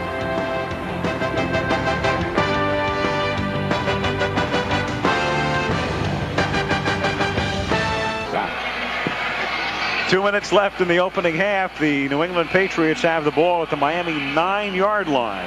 Miami on top, 14-7. An area here now where Ben Coates looms large.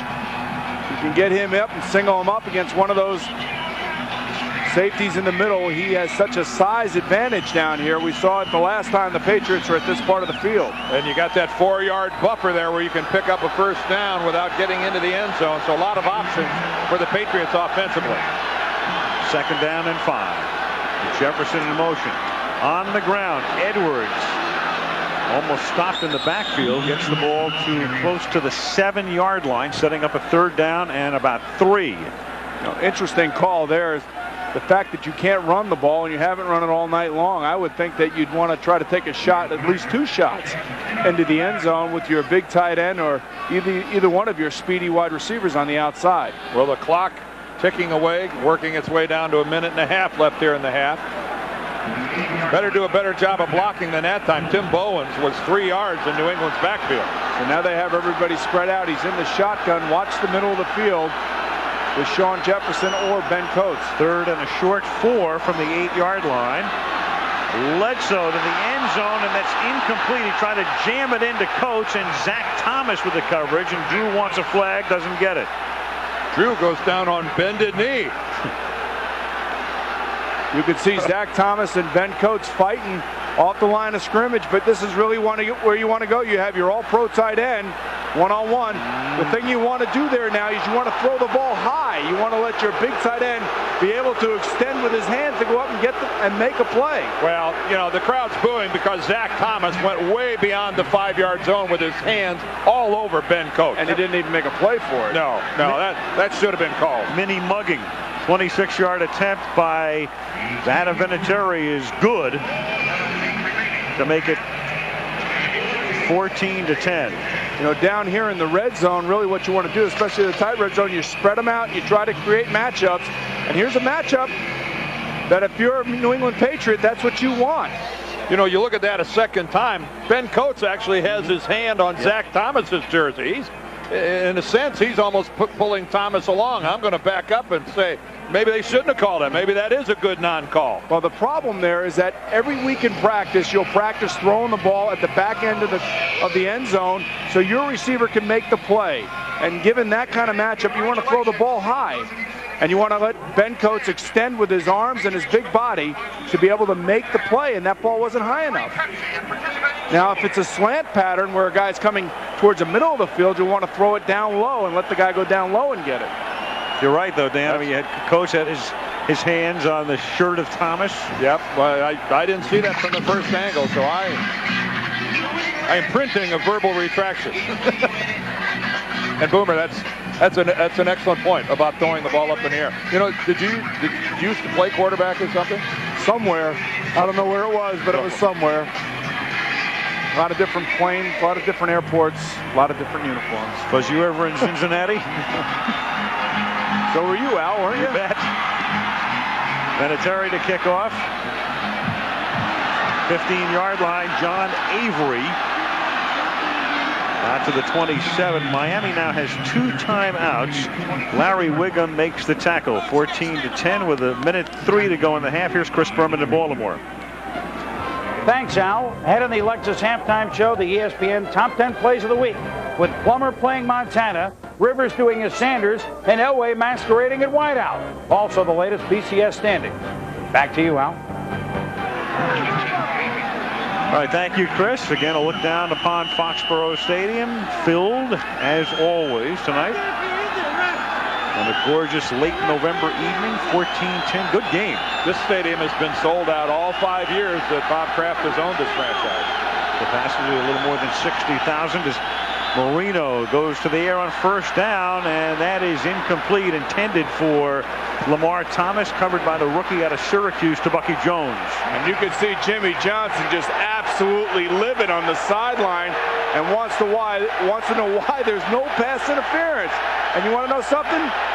He probably has a case. Well, boy, it's been a while since I've seen Jimmy this upset. Man, you know he's upset when the hair moves.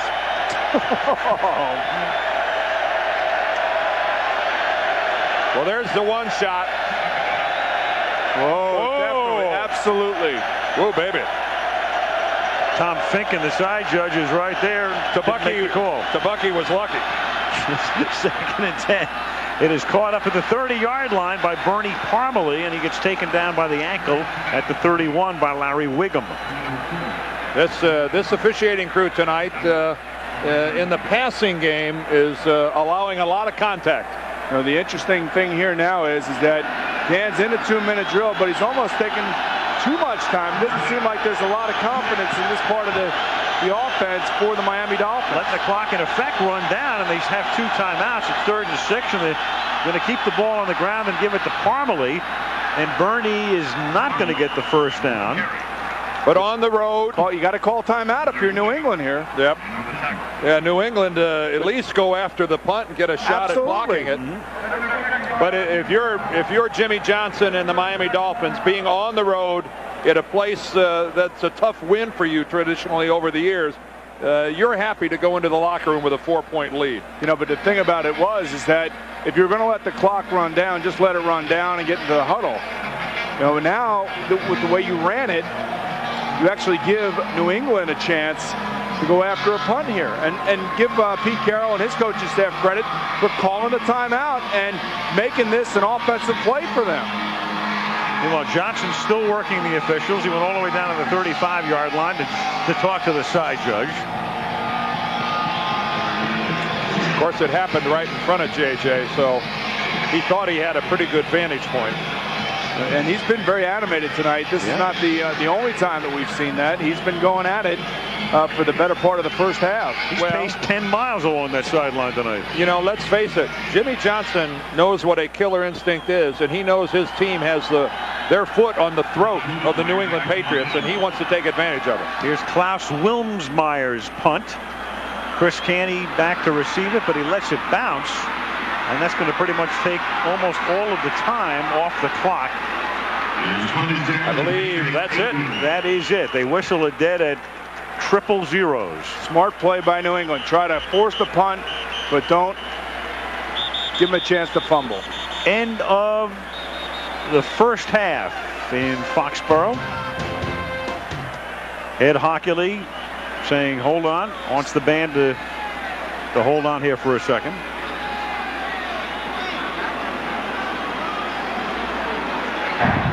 The illegal touching by the kicking team in the last play of the half allows the receiving team an opportunity for an extension, which they have declined. The half is over. An extension? Yes. What kind of extension?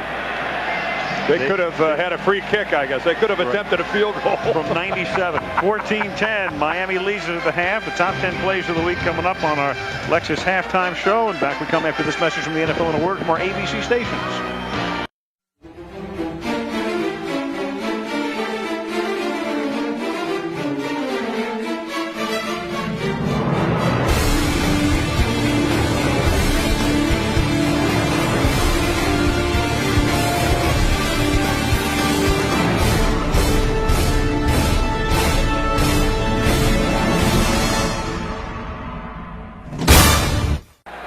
Drew Bledsoe and the New England Patriots ready to take the football as we start the second half in Foxborough. Olindo Mare to kick off.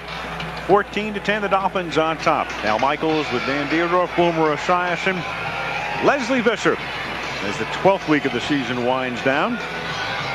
Next week on to San Francisco for Monday night. The Giants against the 49ers. Jimmy Johnson on the road, and it goes back to his days with Dallas. 14 consecutive road wins when leading at the half. Looking for 15 tonight. Derek Cullors from the 6-yard line. Cuts it back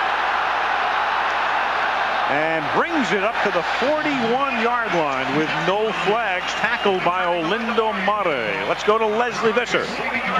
Al, Jimmy Johnson said the fourth quarter is critical, where the Dolphins have lost 2 games on the road this year in the fourth quarter. As for the officiating, he was still very upset when he came out of the locker room. He said Jackson was knocked down by Ben's Coates and they called nothing on the other side. I don't understand it, Al.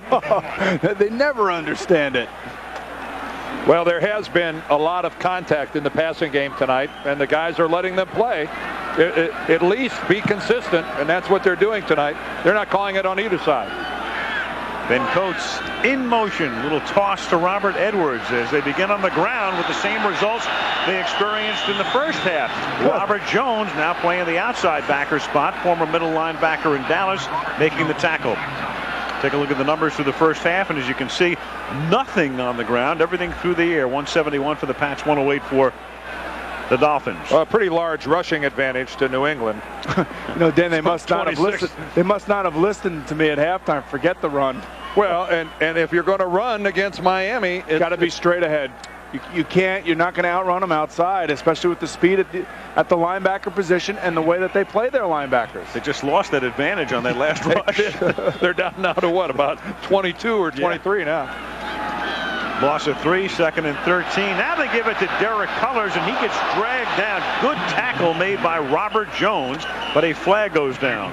We're going to have holding against the New England Patriots. Such awesome team speed on the defensive side of the ball for the Miami Dolphins. You know what else, too? I mean, it's basically a cheap defense in terms of cap money out there. I mean, holding by the offense, number 63. 5-yard penalty, repeat second down. 3 things that Jimmy Johnson, every coach, would love to have: young, inexpensive, and fast. You know, the 3 attributes that you would give to this defense of the Miami Dolphins. In contrast, remember when Dan once described the Bears about 6 years ago as one old, slow, and small. And expensive. Not a good thing for a defensive team. No. No, with the way that Jimmy Johnson coaches, he needs young players because he is on them constantly. And young players really don't know any different. 2nd and 23 from the 27-yard line. Bledsoe throws, and that's incomplete, intended for Tony Simmons. Sam Madison with the coverage. Well, Boomer, you talk about Jimmy Johnson and his coaching style. You know, this is a hard game. It's a hard game to play. It's a hard game to practice. And I've never known a successful team where the coach wasn't a pusher, somebody who prodded his players, someone who was constantly on them to do it and do it the right way. And Jimmy, like Bill Parcells and a lot of other guys, he's that type of a hammering in-your-face coach. And if you're injured, he's not in your face. He doesn't even talk to you. No, you might as well forget about it. You're a non-entity if you're hurt. 3rd and 23, showing blitz. Here they come. They pick it up. Bledsoe going deep, and it is intercepted again. Sam Madison has his 2nd interception. And Madison all the way to the 35-yard line. Jerry Wilson put the blitz on from the corner that time, forcing the issue. Madison with his 2nd pick, and the Dolphins do a dance. I don't know what kind of dance that was, but I can tell you right now, you can't just throw the ball up down the sideline carelessly. And you can see Simmons actually looks like he has an opportunity, and Drew underthrows the ball again. Madison did a nice job there with his left arm of pinning Simmons' arm to his body and got away with it. And you can see Drew having to fall back after he throws because of the safety blitz. Jerry Wilson, that's about the 4th time tonight Wilson's come off the corner. They love to send him, and he's been effective. Now the Dolphins at the 35-yard line. Early in the 3rd, up by 4. Marino under pressure, throws, and completes it to Troy Drayton for a short gain, but Dan avoids the sack. You know, Dan, did you see the movement there? I mean, you and I were talking last week about the effectiveness of a quarterback and where he sets his landmark in the pocket. You told me that you had a guy by the name of Jim Hart where you knew he was going to be all the time. I think it's a tremendous advantage for an offensive lineman to know where your quarterback is going to be, that he's going to be in the pocket. And Jimmy Hart, like you and like Dan Marino and all successful quarterbacks, have a pocket awareness. They make subtle moves, and yet they make them look like big moves. 2nd and 7. To the ground they go. This is Kareem Abdul-Jabbar to the 26-yard line. Tackled there by Willie Clay, a little short of the 1st down. Kareem, he wears just the Abdul on the back of his shirt. He changed his name. He was Sharman Shaw in college. Then he became Kareem Abdul-Jabbar. And the basketball Kareem filed suit against this Kareem for marketing rights. And as part of the settlement, this Abdul-Jabbar agreed to only have the name Abdul on his back. Now, can I do that to Chris Berman when he uses my nickname, Boomer? That's plagiarism. Can I do that or what? Consult your lawyer. I have to consult Kareem out in L.A. Talk to lawyer Malloy. 3rd and 1 from the 26. Marino buying time, gunning it to the 20-yard line. The Patriots say no, and so does the official. O.J. McDuffie short-hopped it. Boy, look at Dan get into it here. You know what? This is the Dan Marino that I've seen for many years. And it looks like Jimmy Johnson's going to go for it again, and he has to make sure that he has his wits about his players, but that looked like a good catch to me. Oh, that looked more than just a good catch. That's an outstanding catch by O.J. McDuffie. Whoa, baby. Dolphins 4th and 1. They will not attempt what would be about a 44 or 45-yard field goal, going for it on 4th and 1, and they toss the ball back to Abdul-Jabbar, and he doesn't get it. Oh, I can't believe how bad the call was on 3rd down. And you could see Dan Marino still jawing at the officials. And on 4th down, they go to a play that you really don't see the Dolphins running a whole lot. That deep pitch back to Abdul-Jabbar. Boy, that's not exactly what I draw up as a short yardage play, but it shouldn't have come to that. You haven't seen Ricky Williams play yet. Take the time. Fabulous. So New England holding on downs, and now Bledsoe going deep, and it is caught inside the 30 by Robert Edwards. They send the running back all the way deep downfield. Brock Marion makes the stop. They just had him out in the flat, and they let him run up the sideline. And really, you could see that the safeties of the Miami Dolphins did not get good enough width, especially Marion. He should have made the play.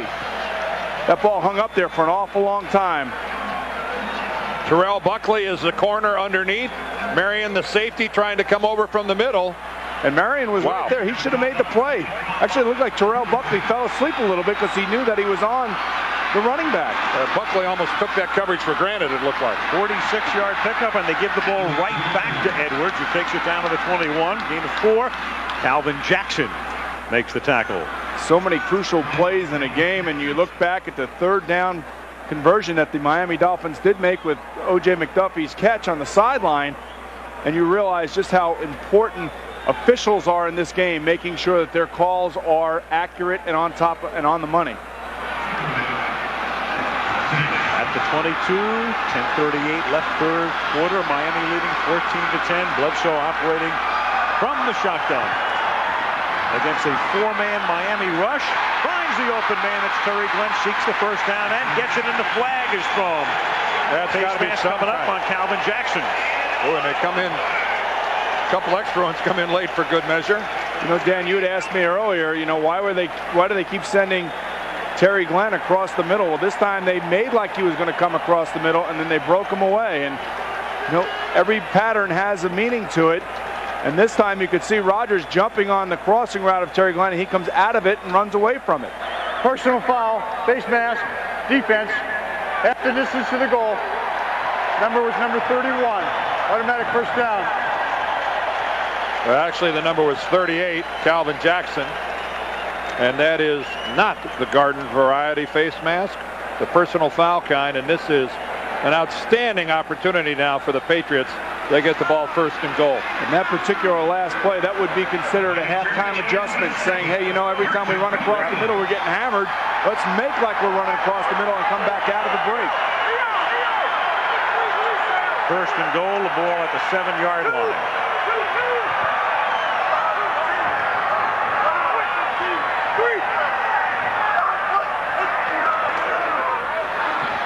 Edwards swings to the outside, and then Jackson takes him down. Almost another face mask. In fact, we will have one. You'll have holding is what you'll have on the offensive line of the New England Patriots. We had Hockley with the quick signal. Pete just can't believe that his team constantly gets into this situation holding and hurts himself. Offense number 85, 10-yard penalty, repeat 1st down. Let's love it, Purnell, and he'll get an earful from Carroll. There he is at the top of your screen, number 85. He's the reason that Robert Edwards is able to get to the outside, as he really just completely hog-ties Kenny Mixon. Hog-tied. Where'd that come from? Hog-tied. Keith Jackson. Ooh, nearly. First and goal from the 17. Bledsoe throws, and Ben Coates was the intended receiver, and Jones might have gotten a hand on it. Second and goal now from the 17-yard line.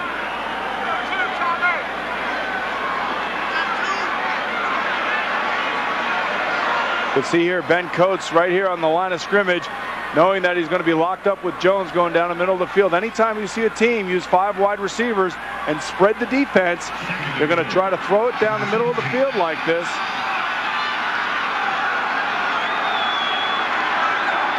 Second and goal from the 17-yard line.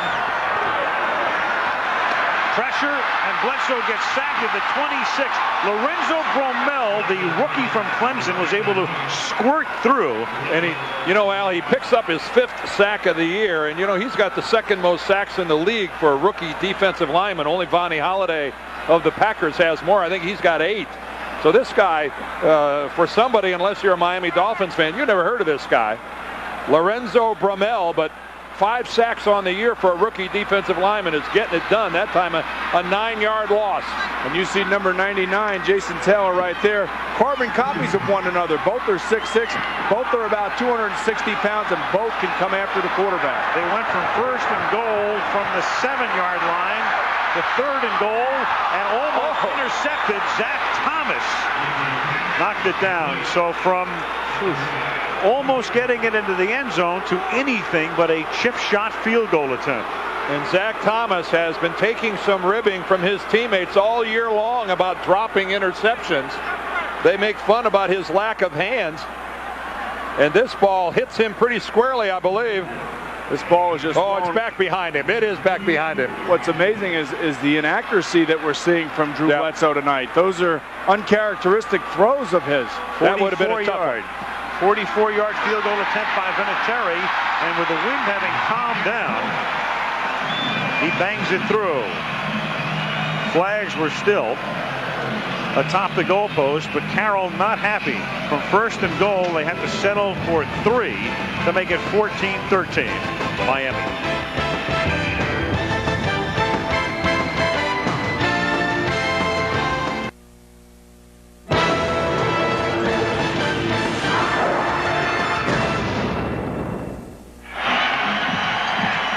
There's Drew Bledsoe, boy, and Pete Carroll's been giving him an earful. You can't throw the interceptions, especially when you're inside the red zone.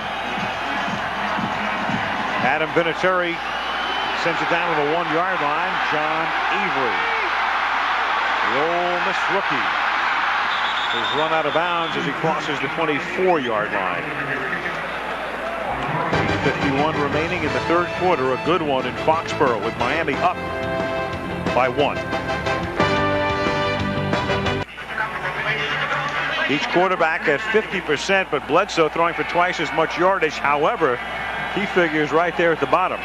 Yeah, I think that both of these defenses are presenting problems, obviously, for each offense, but you have to be careful when you're throwing the football, especially in a game this tight.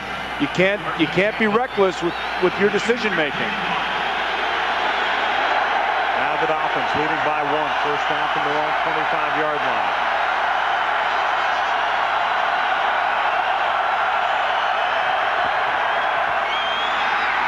Avery taken down. Nice tackle made by Slade, but a flag comes in. He wants a face mask.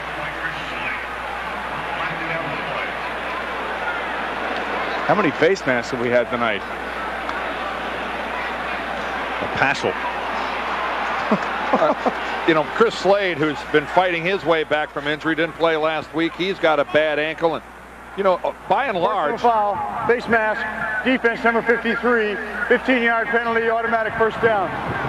As we take a look at Slade here, as he makes the break, fights off the block, and lunges for Avery, and that is the 15-yard kind when he hauls him down. But by and large, I think New England's defense is playing pretty well for as banged up as they are. Keep in mind that Willie McGinnis isn't playing, Todd Collins isn't playing, Mark Wheeler isn't playing, and a lot of the other guys are playing hurt, like Eaton and Henry Thomas. This is really kind of a decimated defensive football team for New England. They've had 18 different defensive starters and 18 different offensive starters this season. From the 40-yard line, Marino throws. It's caught by the fullback Stanley Pritchard. He's tackled immediately by Slade after a gain of 4. Those 36 different starters equals the most by any team in the league. You know, you have to wonder. When I think about it, is that nobody really cares about injuries. All they care about is wins. And you know, you could sit here and we can belabor the point about it, but it ultimately comes back to, you know, this guy Pete Carroll putting the pressure on his players, you know, and making sure that, you know, their injuries are such that they can't play with. No, but you have to document the fact that this many guys are hurt. Absolutely. Yeah, hey, I know that. I'm not discounting the fact. There's a cause and effect here. The Dolphins have had the fewest starters in the league, along with a couple of other teams, as O.J. McDuffie makes the catch. They've been relatively injury-free. They've used only 28 different starters. The Packers and the Falcons with a like figure. And it will tell you, as you look at the Falcons in particular, that if you can avoid a lot of injuries, success comes your way. Tip ball here. Look at that thing. Looked like Ferrick Collins was the guy that altered the course of that ball. You know, the other thing, too, is you see Pete talking to Chris Slade, you know, the guys are playing injured. That also says something about, you know, the guy that they're playing for as well. 1st and 10 at the 47-yard line. Marino, his receiver fell down, looks for a flag, and gets one. Lamar Thomas to the 360 and said, "Where's the yellow?" The official said, "Here it is, sir." Well, he went pleading his own case. Well, you could see Lawyer Malloy just walking away from it, not arguing, so you know that there was some sort of contact. And you just watch what Malloy does here. He hits him. Pass interference. Defense number 36. The ball is placed at the spot of the foul. 1st down.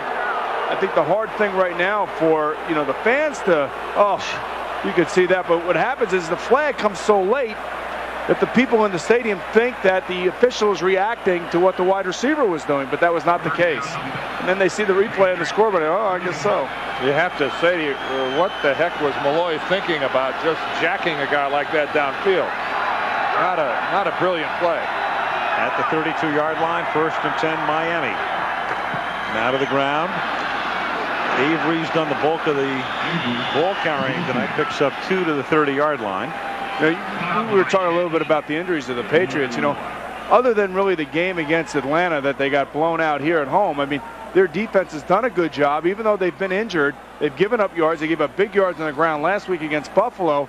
But you know what? They didn't give up a lot of points. And Willie McGinnis is a guy, you know, that you count on getting, you know, 10 to 12, 14 sacks a year. And with him not playing, I think the defense has done a pretty good job of not giving up a lot of points. Keeping him in the game. In the game, especially tonight. 2nd down and 9 at the 30-yard line. 14-13 Miami. Pressure by Slade from the backside, but they ride him off, and then McDuffie makes the catch. Upended at the 13-yard line, but a 1st down. Steve Israel makes the stop.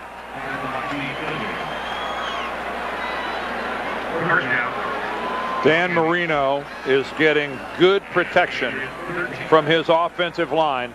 Take a look at it from behind and look at the look that Dan gets downfield. He has to dodge a rush from the outside, but no pressure up the middle. And in his entire NFL career, every defensive coordinator will tell you, to be successful, you have to come at Dan Marino right up the center. And Dan has to take a timeout, uses his first, to the dismay of Jimmy Johnson. With 5:32 left in the 3rd, the Dolphins nursing a 1-point lead. This is very reflective of the recent history when these two teams have met.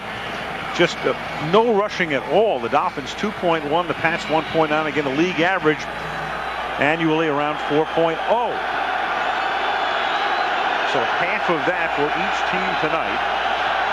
Miami leading 14-13 after just taking a timeout. First down at the 13-yard line.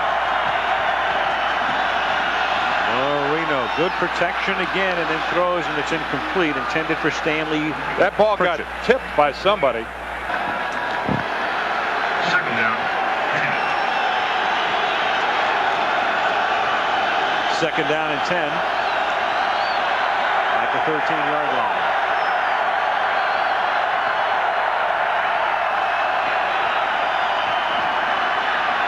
Marino caught. John Avery out of the backfield, ridden down at the 6-yard line, setting up a 3rd and 2.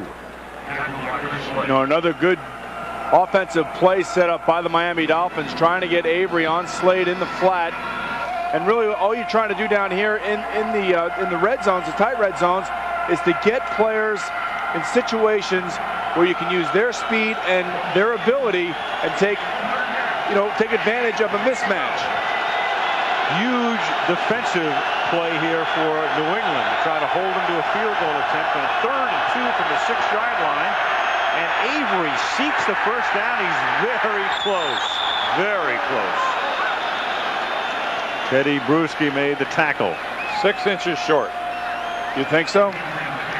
4 inches short. Yeah. It's a guess.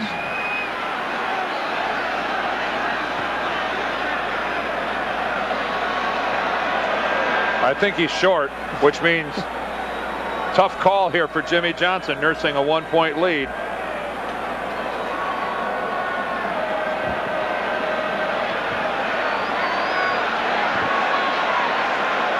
With his defensive football team, boy, you got to be tempted to send out Mare to kick the field goal. He will be a little short. Very nice. Very nice, Dan. Very nice. That's actually 9 inches. You were close. I believe it's 8 5/8 inches. And they're going to kick the field goal. I think that this is exactly the type of game that Jimmy Johnson wants. He wants a low-scoring defensive struggle, and he's probably watching with the way that Drew Bledsoe's been throwing the football. Not that he wouldn't take a touchdown, but again, you dance with who brung you. The #1 defensive team in the league. In the category that counts. How about a fake? Not with Wilmsmeyer taking the snap. 22-yard attempt. Oh, he made it interesting, didn't he? That great pressure up the middle. They tack on 3 to extend the lead to 4. 17-13 Dolphins. Foxborough on a gorgeous late November evening. Temperature in the 50s. And a good game with Miami on top by a score of 17-13 following the Mare field goal. And an early happy Thanksgiving to everybody. A holiday week here coming up. Boy, absolutely. I bet you like Thanksgiving, don't you, Dan? I do. Yeah, I could tell. Boomer, lay off me, I'm telling you. Mare. Otherwise, he's going to make you a wishbone. At the 16-yard line, this is Derek Cullors at the 28-yard line. And being put to the test right now is the entire season for the New England Patriots, because a win and they are a game out in the AFC East and very much in contention, and a loss at 5-6 with 3 teams in front of them is deadly. From the 28-yard line, Bledsoe on first down, caught by Ben Coates. And when you look, gents, at the New England season, it's a tale of 2 seasons. 4-1 their first 5 games, with that big win over Kansas City being that 4th win, and then they've lost 4 out of 5. And when we looked at that team, we looked at that tape of when they just destroyed Kansas City. And here is Coach again. There goes Ben. The catch. Yeah. And the interesting thing here now is that they're going into the 2-minute hurry-up offense. And I think really what Pete Carroll wants to do is get Drew Bledsoe in a rhythm. I mean, he wants to get him at the line of scrimmage, but now they're going to go back to the huddle. But, why not? It works. It keeps you at the line of scrimmage. It keeps you thinking. It keeps you in the game, and it doesn't slow you down. Al, what we didn't realize is when they beat Kansas City that badly, that was pretty much it for both of those clubs. Yes. Yeah. That finished them both off. Chiefs in a true funk, losing yesterday, but New England trying to somehow right the ship. 1st and 10. And that's caught by Glenn, and Glenn picks up close to 10. Obviously, by putting Drew Bledsoe in the shotgun, they're giving him a little bit more time, and they're sending 5 guys out. I would think that Miami's going to blitz here pretty soon, and then try to force Bledsoe into a quick decision and hopefully a bad decision from their standpoint. And here's that play again where they start him across and bring him back out. And again, that's the matchup that you want. That's the halftime adjustment that people are looking for. That's exactly what they're doing right now. Glenn's 5th capture of the game for 40 yards, 1st and 10 at the 37-yard line. To the ground, to Edwards, and Edwards with a nice thrust takes it to the 31-yard line. Tackled there by Brock Marion. Well, you can see Miami there trying to make a late adjustment to get into a 4-man defensive line when New England went to the I formation, playing the run. But still, George Hill's unit didn't get set in time, and it was one of the rare good offensive surges off the ball by the Patriots. The one thing that you can do as an offense against an aggressive defense like this is pick the tempo up a little bit. Force them to make the adjustments against you. Here's Edwards again on 2nd and 4. Taken down before he can reach the line of scrimmage. Shane Burton. Boy, in one of the rare instances tonight where either one of these offensive teams has had a second and decent yardage. It was 2nd and 4, and they squandered that. Turned it into a play with negative yardage. You can see, actually, Drew snaps the ball before the defense can get ready. But it was a great surge by the defensive line of the Miami Dolphins. Yeah, it started with Trace Armstrong, who got inside his guy. First Dolphin player who was upfield, and he's the guy that altered the entire flow of that play. Edwards now 12 carries for 20 yards, a 1.7 average. It's 3rd down and 6. And here comes the blitz again, so he's going to have to make a quick decision to get rid of it. Pressure from the corner. He gets rid of it. Glenn makes the catch, but he's short of the 1st down by a yard or so. The pressure again, Jerry Wilson coming in from the corner. Now the wind is behind the New England Patriots here. And so a long field goal, I would think, is not out of the question. And that's what they're going to do. You know, in that last play, Dan, Terrell Buckley takes an awful chance. He comes off of his outside receiver to try to get an interception out here. Terry Glenn does a nice job of holding on to the ball right there. We're looking at a 45-yard field goal attempt with a light breeze. Adam Vinatieri from 45 yards away, and he boots it through. And New England back within a point now with 31 seconds remaining in the 3rd quarter. 17-16 Miami. And I don't think anybody who has charted the history of these two playing one another is the least bit surprised that this is a low-scoring, competitive football game. You knew that this was going to be a real dog and cat fight tonight. But I think if you're the Patriots, you found something here now by moving the ball at a quick pace and putting Drew in the shotgun on 1st and 2nd down. Hey, you can't run the football. You have to try it every now and again just to keep the defense honest. But, hey, keep him back there in the shotgun and let him play. And he's shown pretty good effectiveness, especially on the last series in that situation.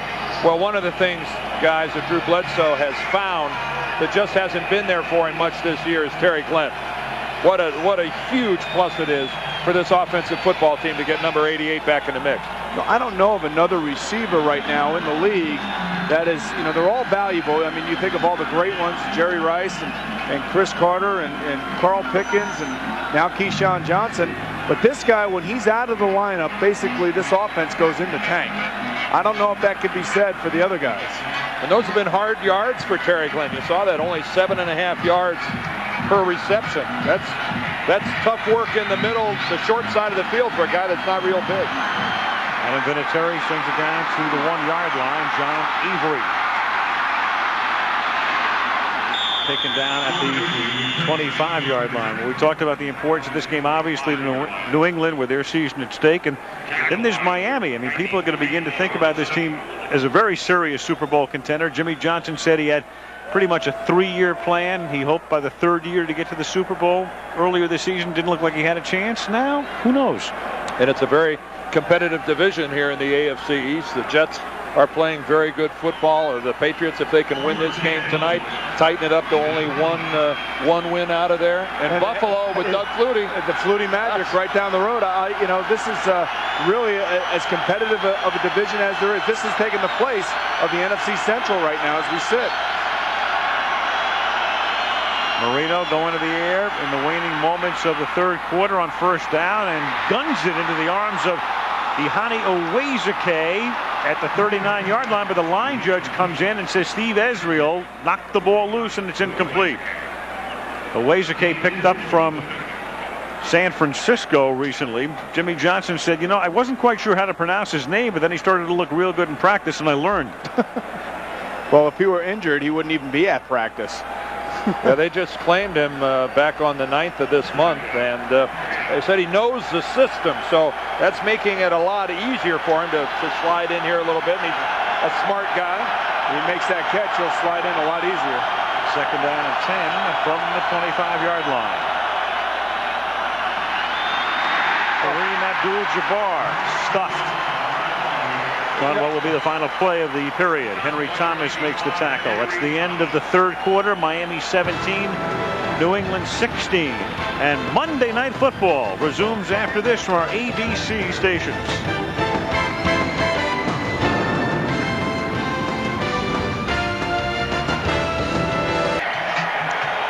Breeze really picking up. The question is, will those flags be at half staff, figuratively, tonight for the New England Patriots, or not? Or will they still be rippling in the breeze? 17-16 Miami as we start the fourth quarter. Third and 10. Dan Marino from the 25-yard line. Throws and converts as O.J. McDuffie makes the catch. He takes it to the 38 to move the chains. That was great protection, Boomer. He had a wonderful look at the field. He really did, and the good thing now for the Miami Dolphins in this fourth quarter, they have the wind to their back.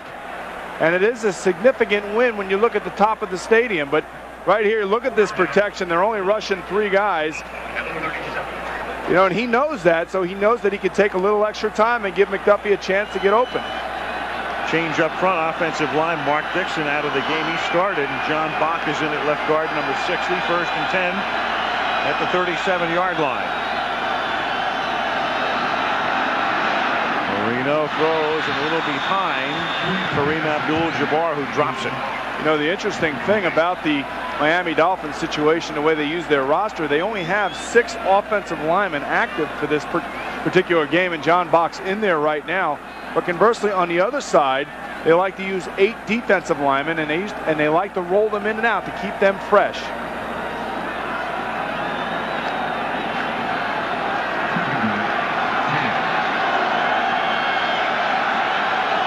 Second down and 10 at the 38-yard line.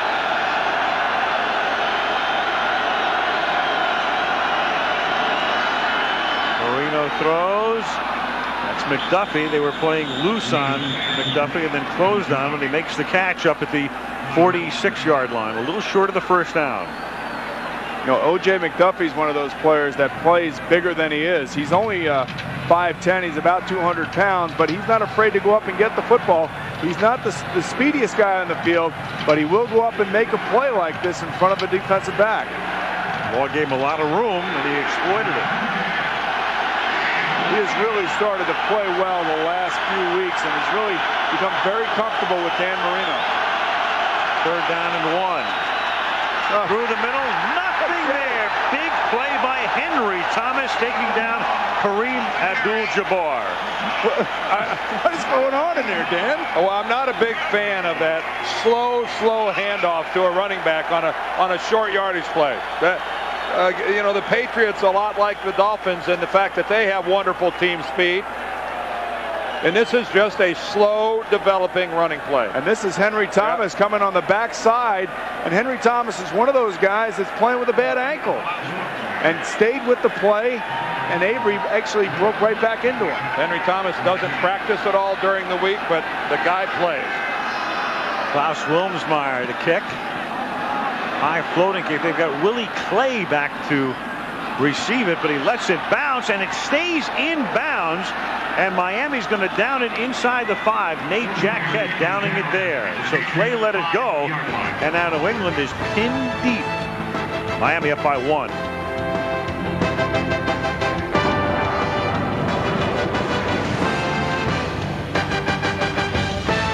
Aerial coverage tonight provided by Canon cameras looking down into Foxborough Stadium.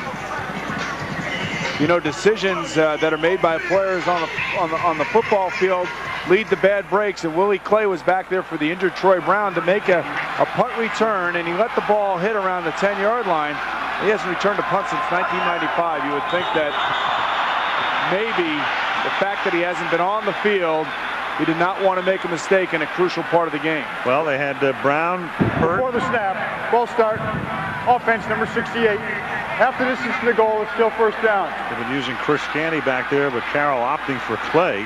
Last time, in fact, Clay returned a punt, he was a Lion. Max Lane gets called for the false start to the very left-hand part of your screen.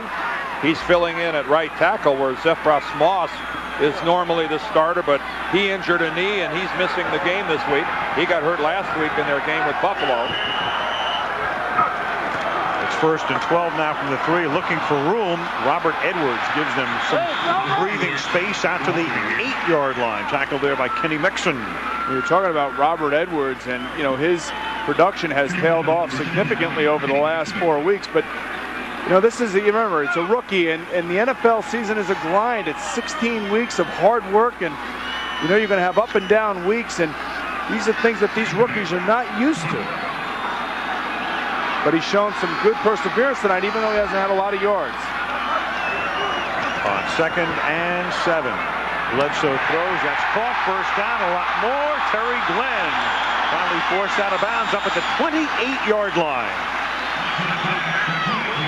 Broke a would-be tackle by Sam Madison. And for Terry Glenn, that's 7 grabs tonight for 66 yards. That one worth 21. His speed kills, and you can see here Terry Glenn is making like he's going for a deep play, and Madison overplays it, and Glenn comes back. I think that most coaches would like to see him try to stay in bounds on the sideline instead of stepping just out of bounds like that.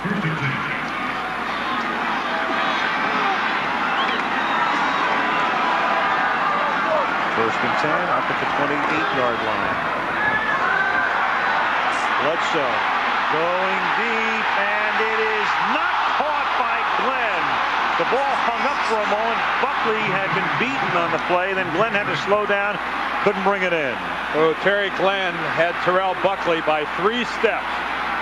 And again, Drew Bledsoe throwing into the wind, and the higher the ball goes, the more wind it encounters here at Foxborough. And that ball just came to an abrupt halt.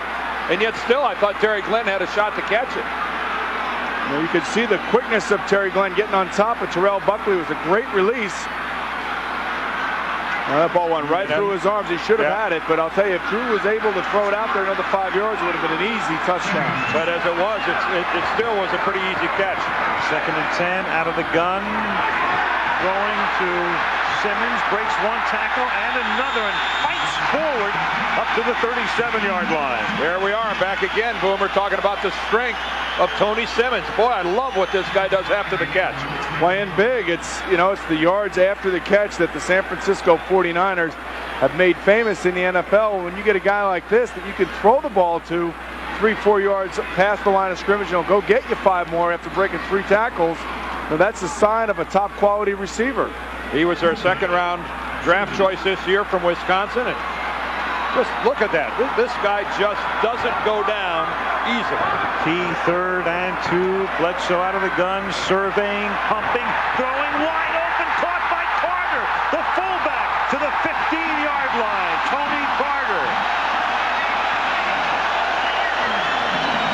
They've been splitting the running backs tonight with some frequency, and they sent Carter to the outside that time, and Tony all the way downfield for 49 yards. Now they're trying to create matchups, but the key to that play was the pass protection, enabling Drew to sit back there, pump the ball once, and then pull it back and throw it down the sideline. I'm impressed with their running backs and their ability to catch the ball from the wide receiver position. Well, Boomer, Miami's rushing 4 guys. All 4 of them came to a complete halt on the first pump by Drew Bledsoe. He throws every one of them.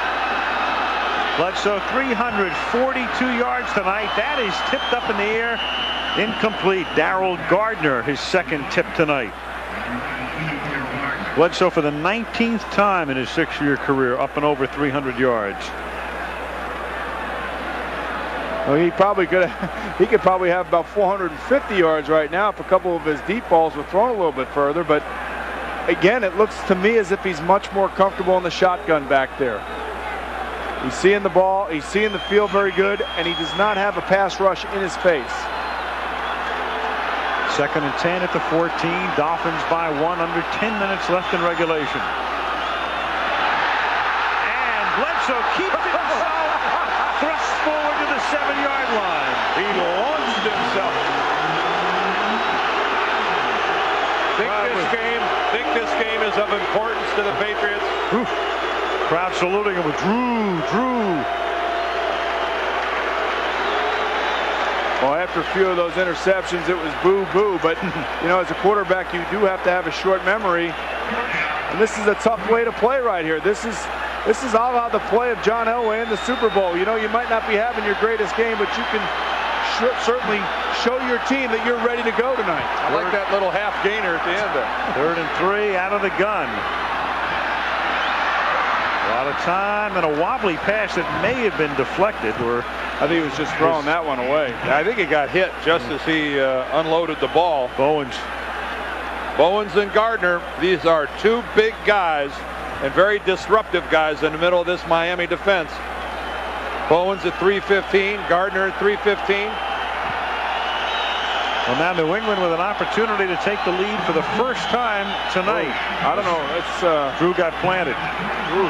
Boy, you'll see that every now and then, called for roughing the passer.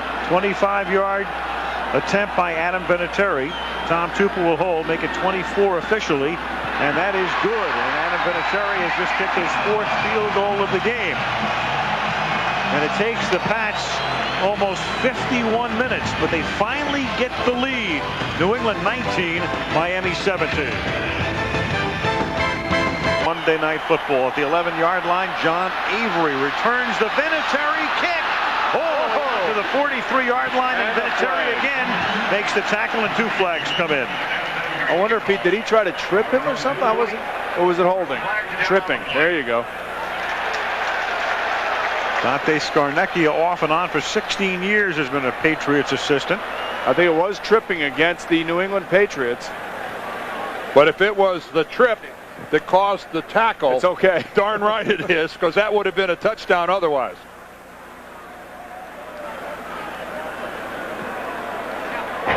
Tripping by the kicking team during the return. Number 4, 10-yard penalty. Miami keeps the ball, first down. I go back to their game in October. You can watch number 4 right here. It's like Brian Leach from the New York Rangers trying to stop somebody there. Little kung fu fighting. Yes. But he gets Avery down, and Avery might have been gone. It is hard to fault Adam Vinatieri for that call right there. Last line of defense that you got to do anything. But going back to their game in October, you know, Avery had a couple returns just like this that put the Miami offense in great field position. At the 48-yard line, anyway, Vinatieri, despite the penalty, is a guy who may have saved a couple of touchdown bursts tonight at the 48-yard line. Marino throws underneath, caught by Kareem Abdul-Jabbar, takes it to the 43, gain of 5. Slade makes the stop. Let's get an update from Leslie. Al, as you can hear, the crowd is very much supportive of the Patriots. There is some anger and resentment, but most seem to think that Bob Kraft did in good faith try to keep the team here. One fan said to me, "I won't drive 100 miles down to Hartford, but I won't miss sitting in traffic for 2 hours either." Al? Good point. Sometimes you get stuck on Route 1 here. You get home on Wednesday. Sometimes that seems like Route -1. Yes. The long haul here. 2nd and 6, and this is caught by Aronda Gadsden, who had that huge first half, 2 touchdowns. First grab of the second half here. Israel makes the tackle. Now here's a real important play for the Dolphins. You know, this half already 3rd and 1, 3rd and 2, 3rd and 1, and a 4th and 1. They have been unable to convert, so now they're stuck to about a 3rd and 3 here. And that has been, as you saw Kippy Brown, that has really been a bugaboo for Miami of late. Good running game, but unable to convert on those 3rd and short situations when they're handing it off. I don't think they'll be handing this one off, though. 3rd and a short 3. Fake. Over the middle. Open at the 25-yard line. McDuffie. And that's a first down, and the flag is down. That'll be holding on James Brown, the right tackle. Right out in the middle of everything. He had no choice. He was beaten, and he knew Dan Marino was rolling right behind him, and he just pretty nice open field tackle, much better than the one Vinatieri had. Offense number 76, 10-yard penalty, repeat 3rd down. You know, I never had a problem. I never had a problem with an offensive lineman. You'll see up here, big old tackle James Brown right there is going to be holding. But I never had a problem with my offensive linemen when they were holding. You'll see he'll tackle Henry Thomas, but you know what? If they keep me from getting hit, it's okay. Well, it was a pretty good spin move by Henry Thomas that got him back to the outside. And he also knew that Dan Marino was coming to him because of the play fake. Well, Marino might not yell at him, but I'll guarantee you Jimmy Johnson will. And the quarterback won't, but 3rd and 13. They blitz up the middle. It's picked up. It's caught underneath at the 48-yard line by McDuffie. He fights his way to the 40, but he's 2 yards shy of the first down. Well, an outstanding stand by New England's defense right here. Miami starts this drive in New England territory and basically went nowhere. And they're going to go for it again. Well, this is why you throw the ball short of the sticks to give your receiver a chance to make a play for you. And O.J. does do a good job. It gets him now down into a situation where it's manageable and you can go for it. Wow. Man, I'm telling you, I'd punt the football here. I do too. There's a lot of time left in this game. 4th and 3 from 41. Marino throws, caught, first down, Troy Drayton. Jimmy is really taking chances tonight, and they're paying off. This goes back to my theory of saying, you know what, he wants to run it, he wants to play defense, but he also knows that he has number 13 back there and is probably going to make the right decision most of the time for him. That's a luxury that he has as a coach. This is just a tight end fighting off the pressure of a safety. Well, Pete Carroll is arguing that Troy Drayton was guilty of offensive interference. Chris Carter in the secondary that time from the 34-yard line. Swinging to the outside is Abdul-Jabbar. Nothing happening. Getting around the corner on either one of these defensive teams is... it ain't happening. No, it's not. It's been tried many times. And to quote my fellow analyst, it ain't happening. Dan Marino, the NFL record in terms of game-winning drives in the 4th quarter or overtime, 44 of them. And a game-winning drive by definition when you take the lead for the final time. He had the one bad decision with the interception, but up until this point, he's played a pretty flawless game. He's been on top of his game, and he's been in a rhythm. 2nd and 10 from the 34, under 5 minutes to go. And that's caught over the middle, O.J. McDuffie. And that should be a first down. McDuffie to the 23-yard line, popped by Lawyer Malloy. Now, the interesting dynamic here now is that if you are a offensive player for the New England Patriots, you got to start thinking about your 2-minute drill. You know, and that's something that we're not looking at right now, but that's something that they'll be thinking about. And you can see Dan Marino's in that rhythm. He's delivering the ball through traffic. He's putting it, you know, a nice touch on it, and it's very accurate. He certainly still has it, Dan. Yes, I think he does. He might make something of himself if he sticks with it. Yeah, I think so. We're 13 and counting down. 1st and 10 to the 23-yard line. Dolphins already in field goal range. And this one, you know, a delay of game penalty here. He tried to milk the clock and take it down to the last second, and he went beyond the last second. Delay of the game. Oh, you know, he's screaming over right now. Get the play in. First down. Well, he didn't say it quite like that, but you know, that's something that he wants the plays in quickly. He wants to be able to get to the line of scrimmage and kind of milk the play clock. He doesn't want to have it forced on him. It's Pat Jones. That's a costly penalty. Mate loosening up. And keep in mind, Mate is a little bit nicked. He's got a bad hip. Some question about whether he was going to be effective tonight. First and 15 as Marino on a tight roll throws. Wide open is the fullback Stanley Pritchett, first and goal. Spotted at the 4-yard line, tackled by Willie Clay, 24-yard gain. You know, the interesting thing of that play is where Stanley Pritchett came from and how he got out there. And it comes back down to how much time Marino has in the pocket to be able to deliver the football. Wow, what's amazing to me is how effective Dan's being here by rolling out. Look where Pritchett comes from, but the backfield. Yep. Ski boot and all, there he goes outside. He puts the fake on Chris Sullivan. Boy, this is just vintage Marino. Out of the ground again. And it is Abdul-Jabbar for the touchdown. If Miami, and there is a lot of time left in this ball game. They need to go for 2 here as well. Yeah, they'd like to go up by 6 points. But if Miami should win this game, we have got to look at the 2 fourth-down gambles by Jimmy Johnson. One kept the drive alive right here. The other resulted in a touchdown pass to Gadsden. Bold, bold moves by Jimmy Johnson. The best run tonight by a Miami Dolphin. Marino screaming he wants the play call. He has no play call for the 2-point conversion. Doesn't want to waste a timeout. He's only got a 25-second clock, and it hasn't started to move yet. Well, the referee will give him a chance to get set in the huddle. There it starts right there. Now, the great thing about Dan Marino is that you know who's in charge on the football field. And much like John Elway and, again, Steve Young and Troy Aikman, those guys are in charge of their football teams, and you know that by watching their body language on the field. I'm not sure this is necessarily what you do with a 4-point lead as Marino throws, but if you're going to make it, well, he didn't make it. Lamar Thomas couldn't pull it in, and if the Patriots score a touchdown and get an extra point, then Miami only ties them with a field goal. But if Miami goes for the extra point and makes it, they could still win the game with a field goal coming back the other way.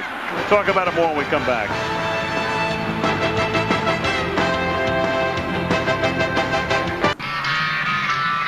Good one in Foxborough with Miami on top 23-19. And just to pick up on what we were talking about, with a 4-point lead, they opted to go for 2. But when you think about it, if you kick the extra point and the Pats score, if you're Miami, you can still come back and win the game with a field goal. Now you can only tie the game with a field goal. No, you're right on, Al.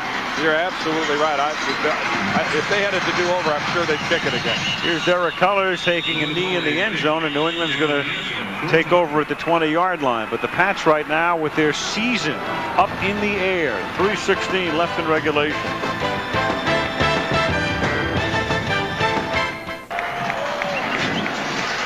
Awaiting Bledsoe in Connecticut. Well, he's got a little work left to do here in Foxborough. Yes, he does. 3 minutes, 16 seconds left in this ball game, and this team down by 4. You know, this is the situation where you earn your reputation. I mean, this is, you have your best receiver on the field. He's had a good night tonight. And Drew has played very well up to this point. 342 yards passing. Another 80 would be nice. Over 8 yards per pass. That's a great average from the 20-yard line. They start on the ground, and Edwards can't get on track. It's tripped up in the backfield. I don't know. What are they doing back in the huddle? What are they handing it off for? But if they're going to hand it off, run a play with a little quickness to it. 2nd and 11. Drew throws, and that is dropped by Tony Simmons at the 27. Patrick Surtain with the coverage. 3rd and 11. Well, there's a lot of young talent on some young talent. That's the Patriots' 2nd-round draft choice trying to catch a football against the Miami Dolphins' 2nd-round draft choice. 2 guys that are going to be in this league a long time. Simmons against Surtain. And that's just great timing by Surtain, hacking down with his right arm and knocking the ball loose. He's been a real find for them. He's given them a real solid cover corner inside in their nickel defense. And here comes the blitz. 3rd and 11. critical play. Where's Terry Glenn? Where's Terry Glenn? And instead it's Simmons. It's the rookie, and a big catch for a first down at the 37-yard line. Oh, and solid work up front by the Patriots. Boomer called it. Here comes the blitz. Zach Thomas comes, and they are stacked up at the line of scrimmage. Outstanding blocking up front by the Patriots. No, the interesting thing here is, as you see, it looks like Ben Coates stays in. Running back stays in. That's good, solid protection. That's exactly the type of thing you want as a quarterback. And it gives you the comfort that you need in the pocket to deliver the ball accurately. Well, Surtain won the first one. Simmons won the second. From the 36, here comes the blitz again from the corner, and Wilson forces the quick throw. Jerry Wilson's been doing that all night long. Well, he's coming free, and really Drew's doing the right thing. Just get rid of the ball and don't take a sack. And when you see number 24 coming off the bottom of your screen here, he knows that he's unblocked and he has to get rid of it. That's the danger of when you have 5-man patterns, because you only have 5 men blocking at that point. Well, George Hill, the Miami Dolphins defensive coordinator, obviously saw something that led him to believe that Jerry Wilson was going to be effective coming off the corner, and he has been. He's been disruptive almost every time he's come in. 2nd and 10. Bledsoe going deep for Glenn, and Glenn was sandwiched, and it's incomplete at the 27-yard line. Buckley and Brian Walker with the coverage. So 3rd and 10 with 2:20, the 2-minute warning, and all 3 timeouts at New England's disposal. Jason Taylor put a lick on Bledsoe at the end. This is the strategy of the game right here now, where the offensive coordinator for the Patriots are trying to figure out when they're blitzing. The defensive coordinator is really playing games with them, alternating blitz, and you can see Terry Glenn take a wicked shot right here by Walker. Well, it's critical that the safety get over there and cut off the middle of the field so the receiver can't come back. Here's the play singing by Ernie Zampese. On 3rd and 10, Zach Thomas has Bledsoe, but he gets the pass away. Caught by Post, should have the first down.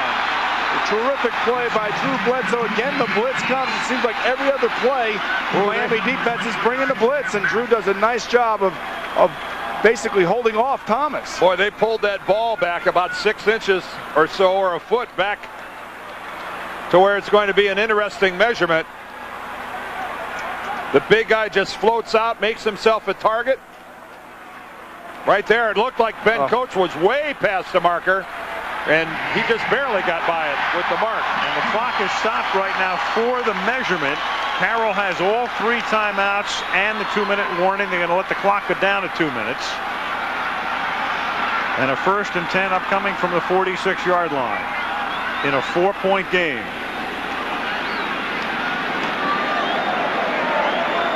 Marino pacing. Right there, the referee winds the clock, which will take us to the 2-minute warning. Look at Drew Bledsoe just pushing off Zach Thomas. That's what you're able to do when you're that big and that strong. 2-minute warning in Foxborough. Miami 23, New England 19.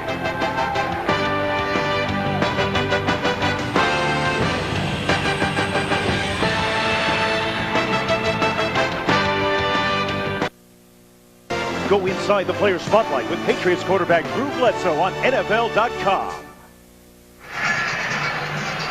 Jimmy Johnson, hopeful of his team going 8-3. Pete Carroll looking to stay alive in the AFC East. 2 minutes to go. Miami by 4. The ball at the 46.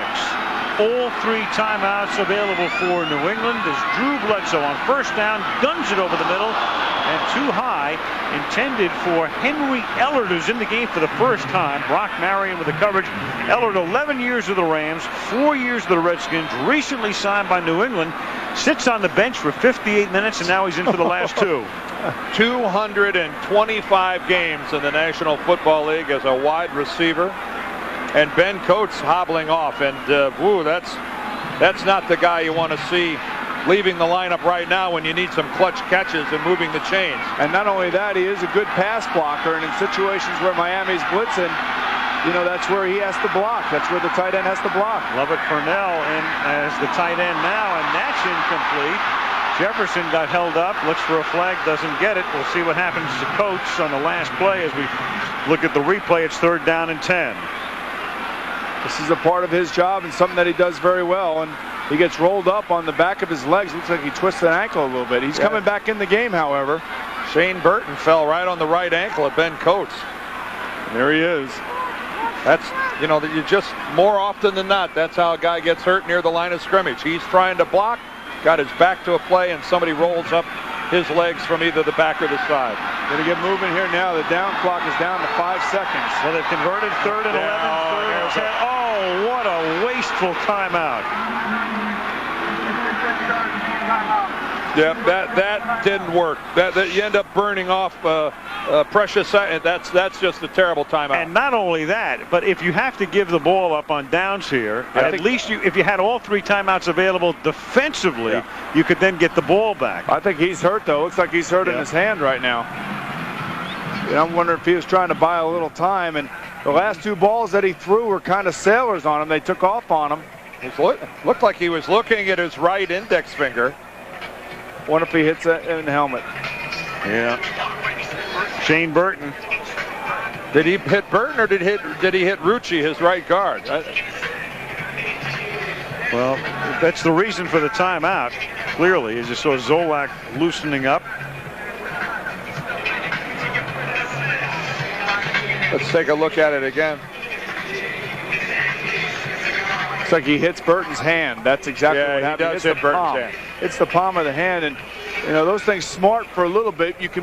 Usually you can kind of shake him out a little bit, and he took a timeout, went over there and threw the ball. It's not something that's that you want to have happen to you. Certainly, it's in the back of your mind now. 3rd down and 10 from the 46. Again, they need a 3rd and long conversion. Here comes the blitz again. It is picked up. Bledsoe hit as he throws, but that's incomplete. And Bledsoe goes to the turf once more. And the ball's high again. It doesn't look like he's able to grip the ball. And an absolutely brilliant call by the Miami Dolphins defense. When you know your opposing quarterback is a little bit nicked and something's wrong, Boomer, you got to come after it. You see, the thing, you got to come after it. The thing is that they had to use a timeout on the last series, and they actually could have punted it with 3 timeouts left. I don't know what they're going to do right now. Bledsoe, they're going to have to take another timeout. Yeah. I think he's almost saying, like, look, man, I can't throw the ball. Yep. Zolak's got his helmet on, and they're trying to figure out whether Drew can do it or not. He can catch it. The question is, can he throw it? Well, if Drew can stay in the game. So the Patriots season comes down to 1 play right now. Right here. Because they only have 1 timeout left, so Miami will be able to run the clock out if there's no conversion on this play. What a bad break for Pete Carroll's team. Drew Bledsoe hurts a finger on such a critical part of this game. And they've had to use 2 timeouts when the clock was already stopped. I mean, that's the thing. That's the thing that hurts you the most right there. So it's 4th and 10. That is hardly a confident-looking quarterback walking up to the ball. Now the question is, here comes the blitz again. You know they're coming. Jefferson left, Ellard and Glenn wide to the right. Here they come. They're all coming. 4th and 10. Drew throws, and it's caught, and it's converted by Jefferson for a 1st down. Again, outstanding blocking at the line of scrimmage. Of course, they pinpointed the blitz. They knew it was coming to the left side of the offensive formation, and the guys in blue stepped up. Come on, let's go. You got to keep moving here. You got to get it up. 1 timeout remaining. 1st down at the 40-yard line. Field goal does no good. Down by 4. Underneath, incomplete. Trying to dump it off to Derek Cullors. 2nd and 10 with 75 seconds left.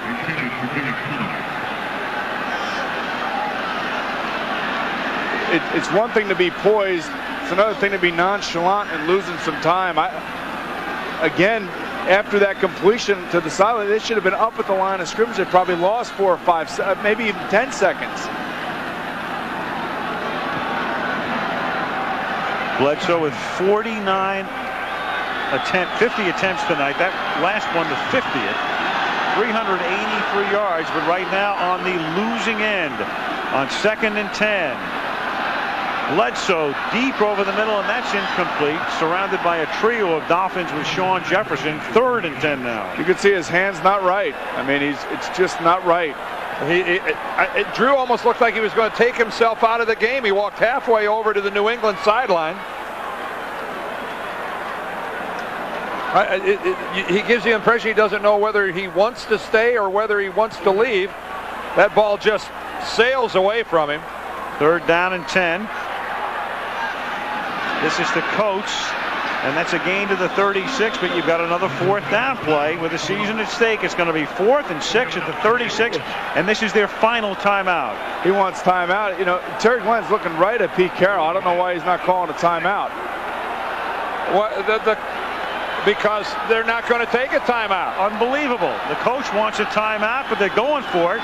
On 4th down and 6, Bledsoe throws, and that is on at the 24 by Sean Jefferson. Now call the timeout.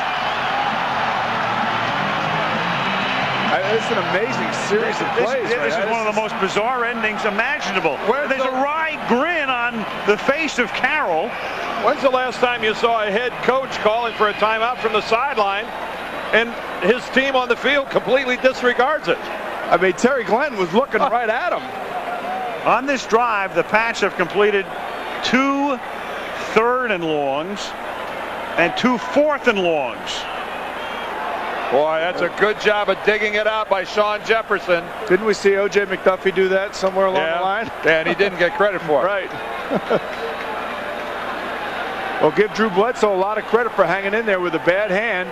A couple of these balls have gotten away from him, but somehow he's found the grip to be able to make the plays when they need it. Now, 34 seconds. I mean, sideline, or if you do complete one in the middle of the field, you're going to have to hurry up and get up and down it real quick. Right, no timeouts left for New England. You saw Jimmy working the officials. According to Jimmy, every Patriots offensive lineman is holding. On every play. Every receiver's pushing off right about now. You know, I'm not against working the middle of the field here right now, guys. That's where it's going to be open. And they're going to be blitzing again. They're going to try to put the pressure on. On 1st down from the 25, corner blitz, wide open, caught, Jefferson, touchdown. Boy, and Drew Bledsoe is going bananas, and he should be. What a scene.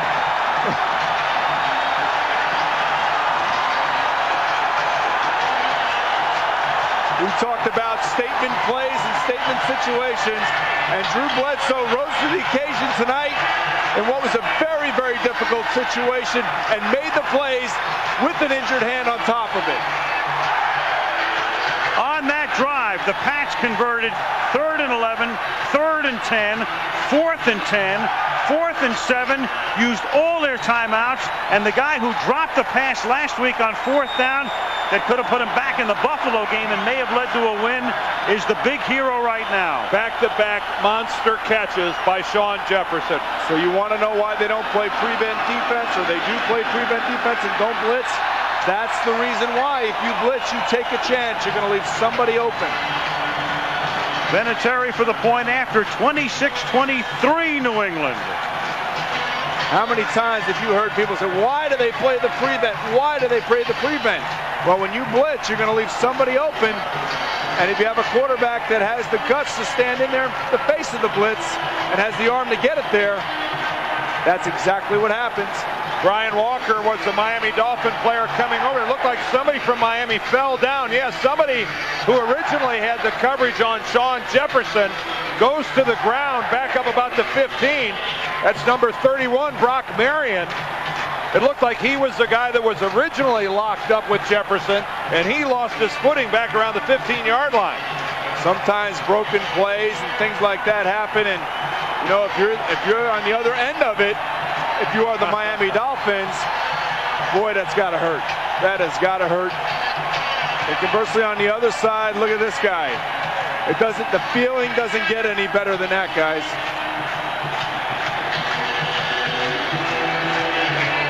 So 4 long conversions, and then at one point it looks like Bledsoe wants to take himself out of the game. At another point, Carroll's trying to call a timeout and they don't see him. And the next thing you know, they have the lead. Now the other thing is, it's not over. Miami has 2 timeouts Well, left. now you go back to when Miami goes for 2 instead of 1. Had they gone for 1 and made it, a field goal would win the game now. Right. Now a field goal ties the game. Here's Vinatieri's kick. It is a bouncer flying down. It's rolling to the 1-yard line. It is picked up there by Marion, and he's dumped at the 3.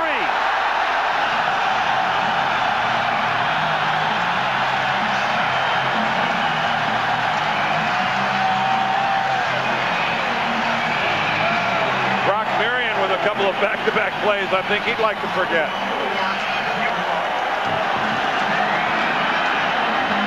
All it takes is a couple pass interference calls and you're right at midfield. All it takes a couple pass interference calls, a couple 30-yard completions. Fourth 400-yard passing game for Bledsoe. He's at 423. And 3 of those 4 have been against the Dolphins. Now Marino at the 26-yard line. Miami has 2 timeouts.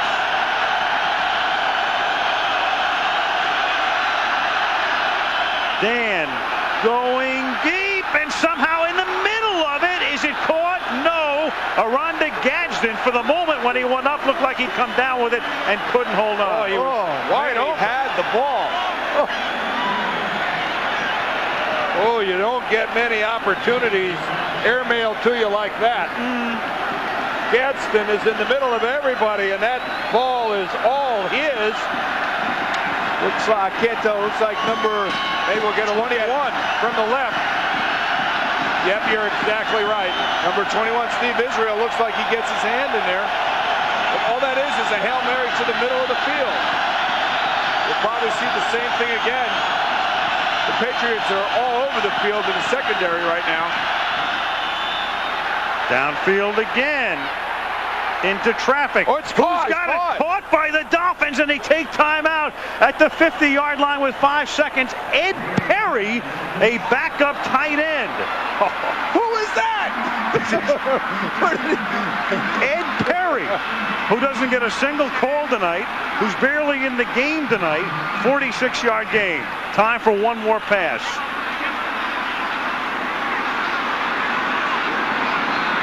Wow. So Marino with one last heave from the 50-yard line now. What a game. Marino, 276 yards tonight. Bledsoe, 423. This is just a Hail Mary into the middle of the field where everybody goes in there, and you could see number 25, Larry Wiggum, looks like he has the ball.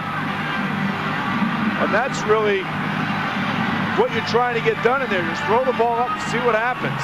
Talk about a team right now that could desperately use another 5 seconds. It would be Miami. If they had 10 seconds, they could get a completion here into field goal range and call a timeout. This is the last play, barring a penalty. Pats have 4 defensive backs inside the 20-yard line. The line of scrimmage is the 50. They're playing the ultimate 3-man. One last gasp, and they go over the middle. They're going to try to call timeout, but it's too late. Perry makes the catch. I think he's going to. I think he might give him one. They tried to call timeout. Well, the officials aren't leaving yet. Game's over. Ed Hockley will give us the call. Time expired on the clock. The game is over. What a smart call by Miami to try to pull that off. Well, this will give Jimmy one last thing to yell about. Yep. But I think the officials got it right. Remember, he's got to be touched or somebody has to call a timeout. Well, he should have stayed right down. And he got back up. You can actually yell timeout without being touched according to the rules, but at that point, with 1 second, he makes the catch, and who's going to hear him? Yeah. Well, or Dan Marino can turn to the referee and call timeout. And that's what Dan Marino did. He did actually turn around. As soon as he let the ball go, he turned around to Hockley and said timeout.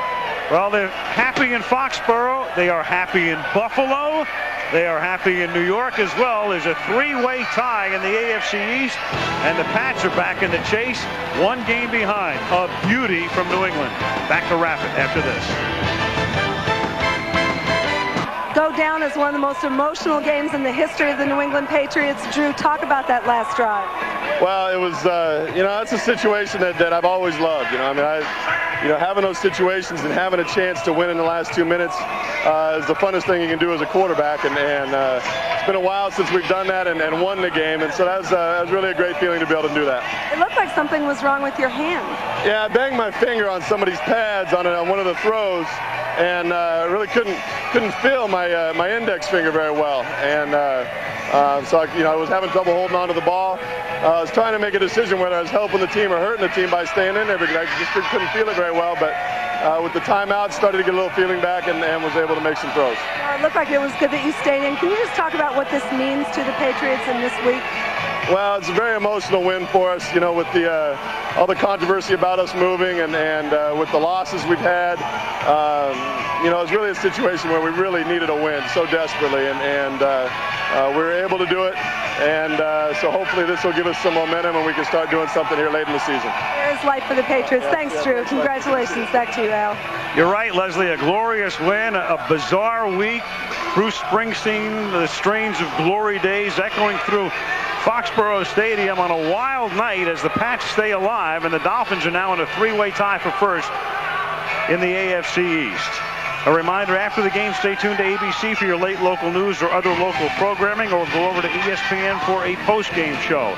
We go to California next week. It's 3Com Park in San Francisco. The New York Giants against the San Francisco 49ers. In New England tonight, the New England Patriots defeat the Miami Dolphins 26-23. Al Michaels with Dan Dieter, Boomer Esiason, and Leslie Visser. Good night from Foxborough.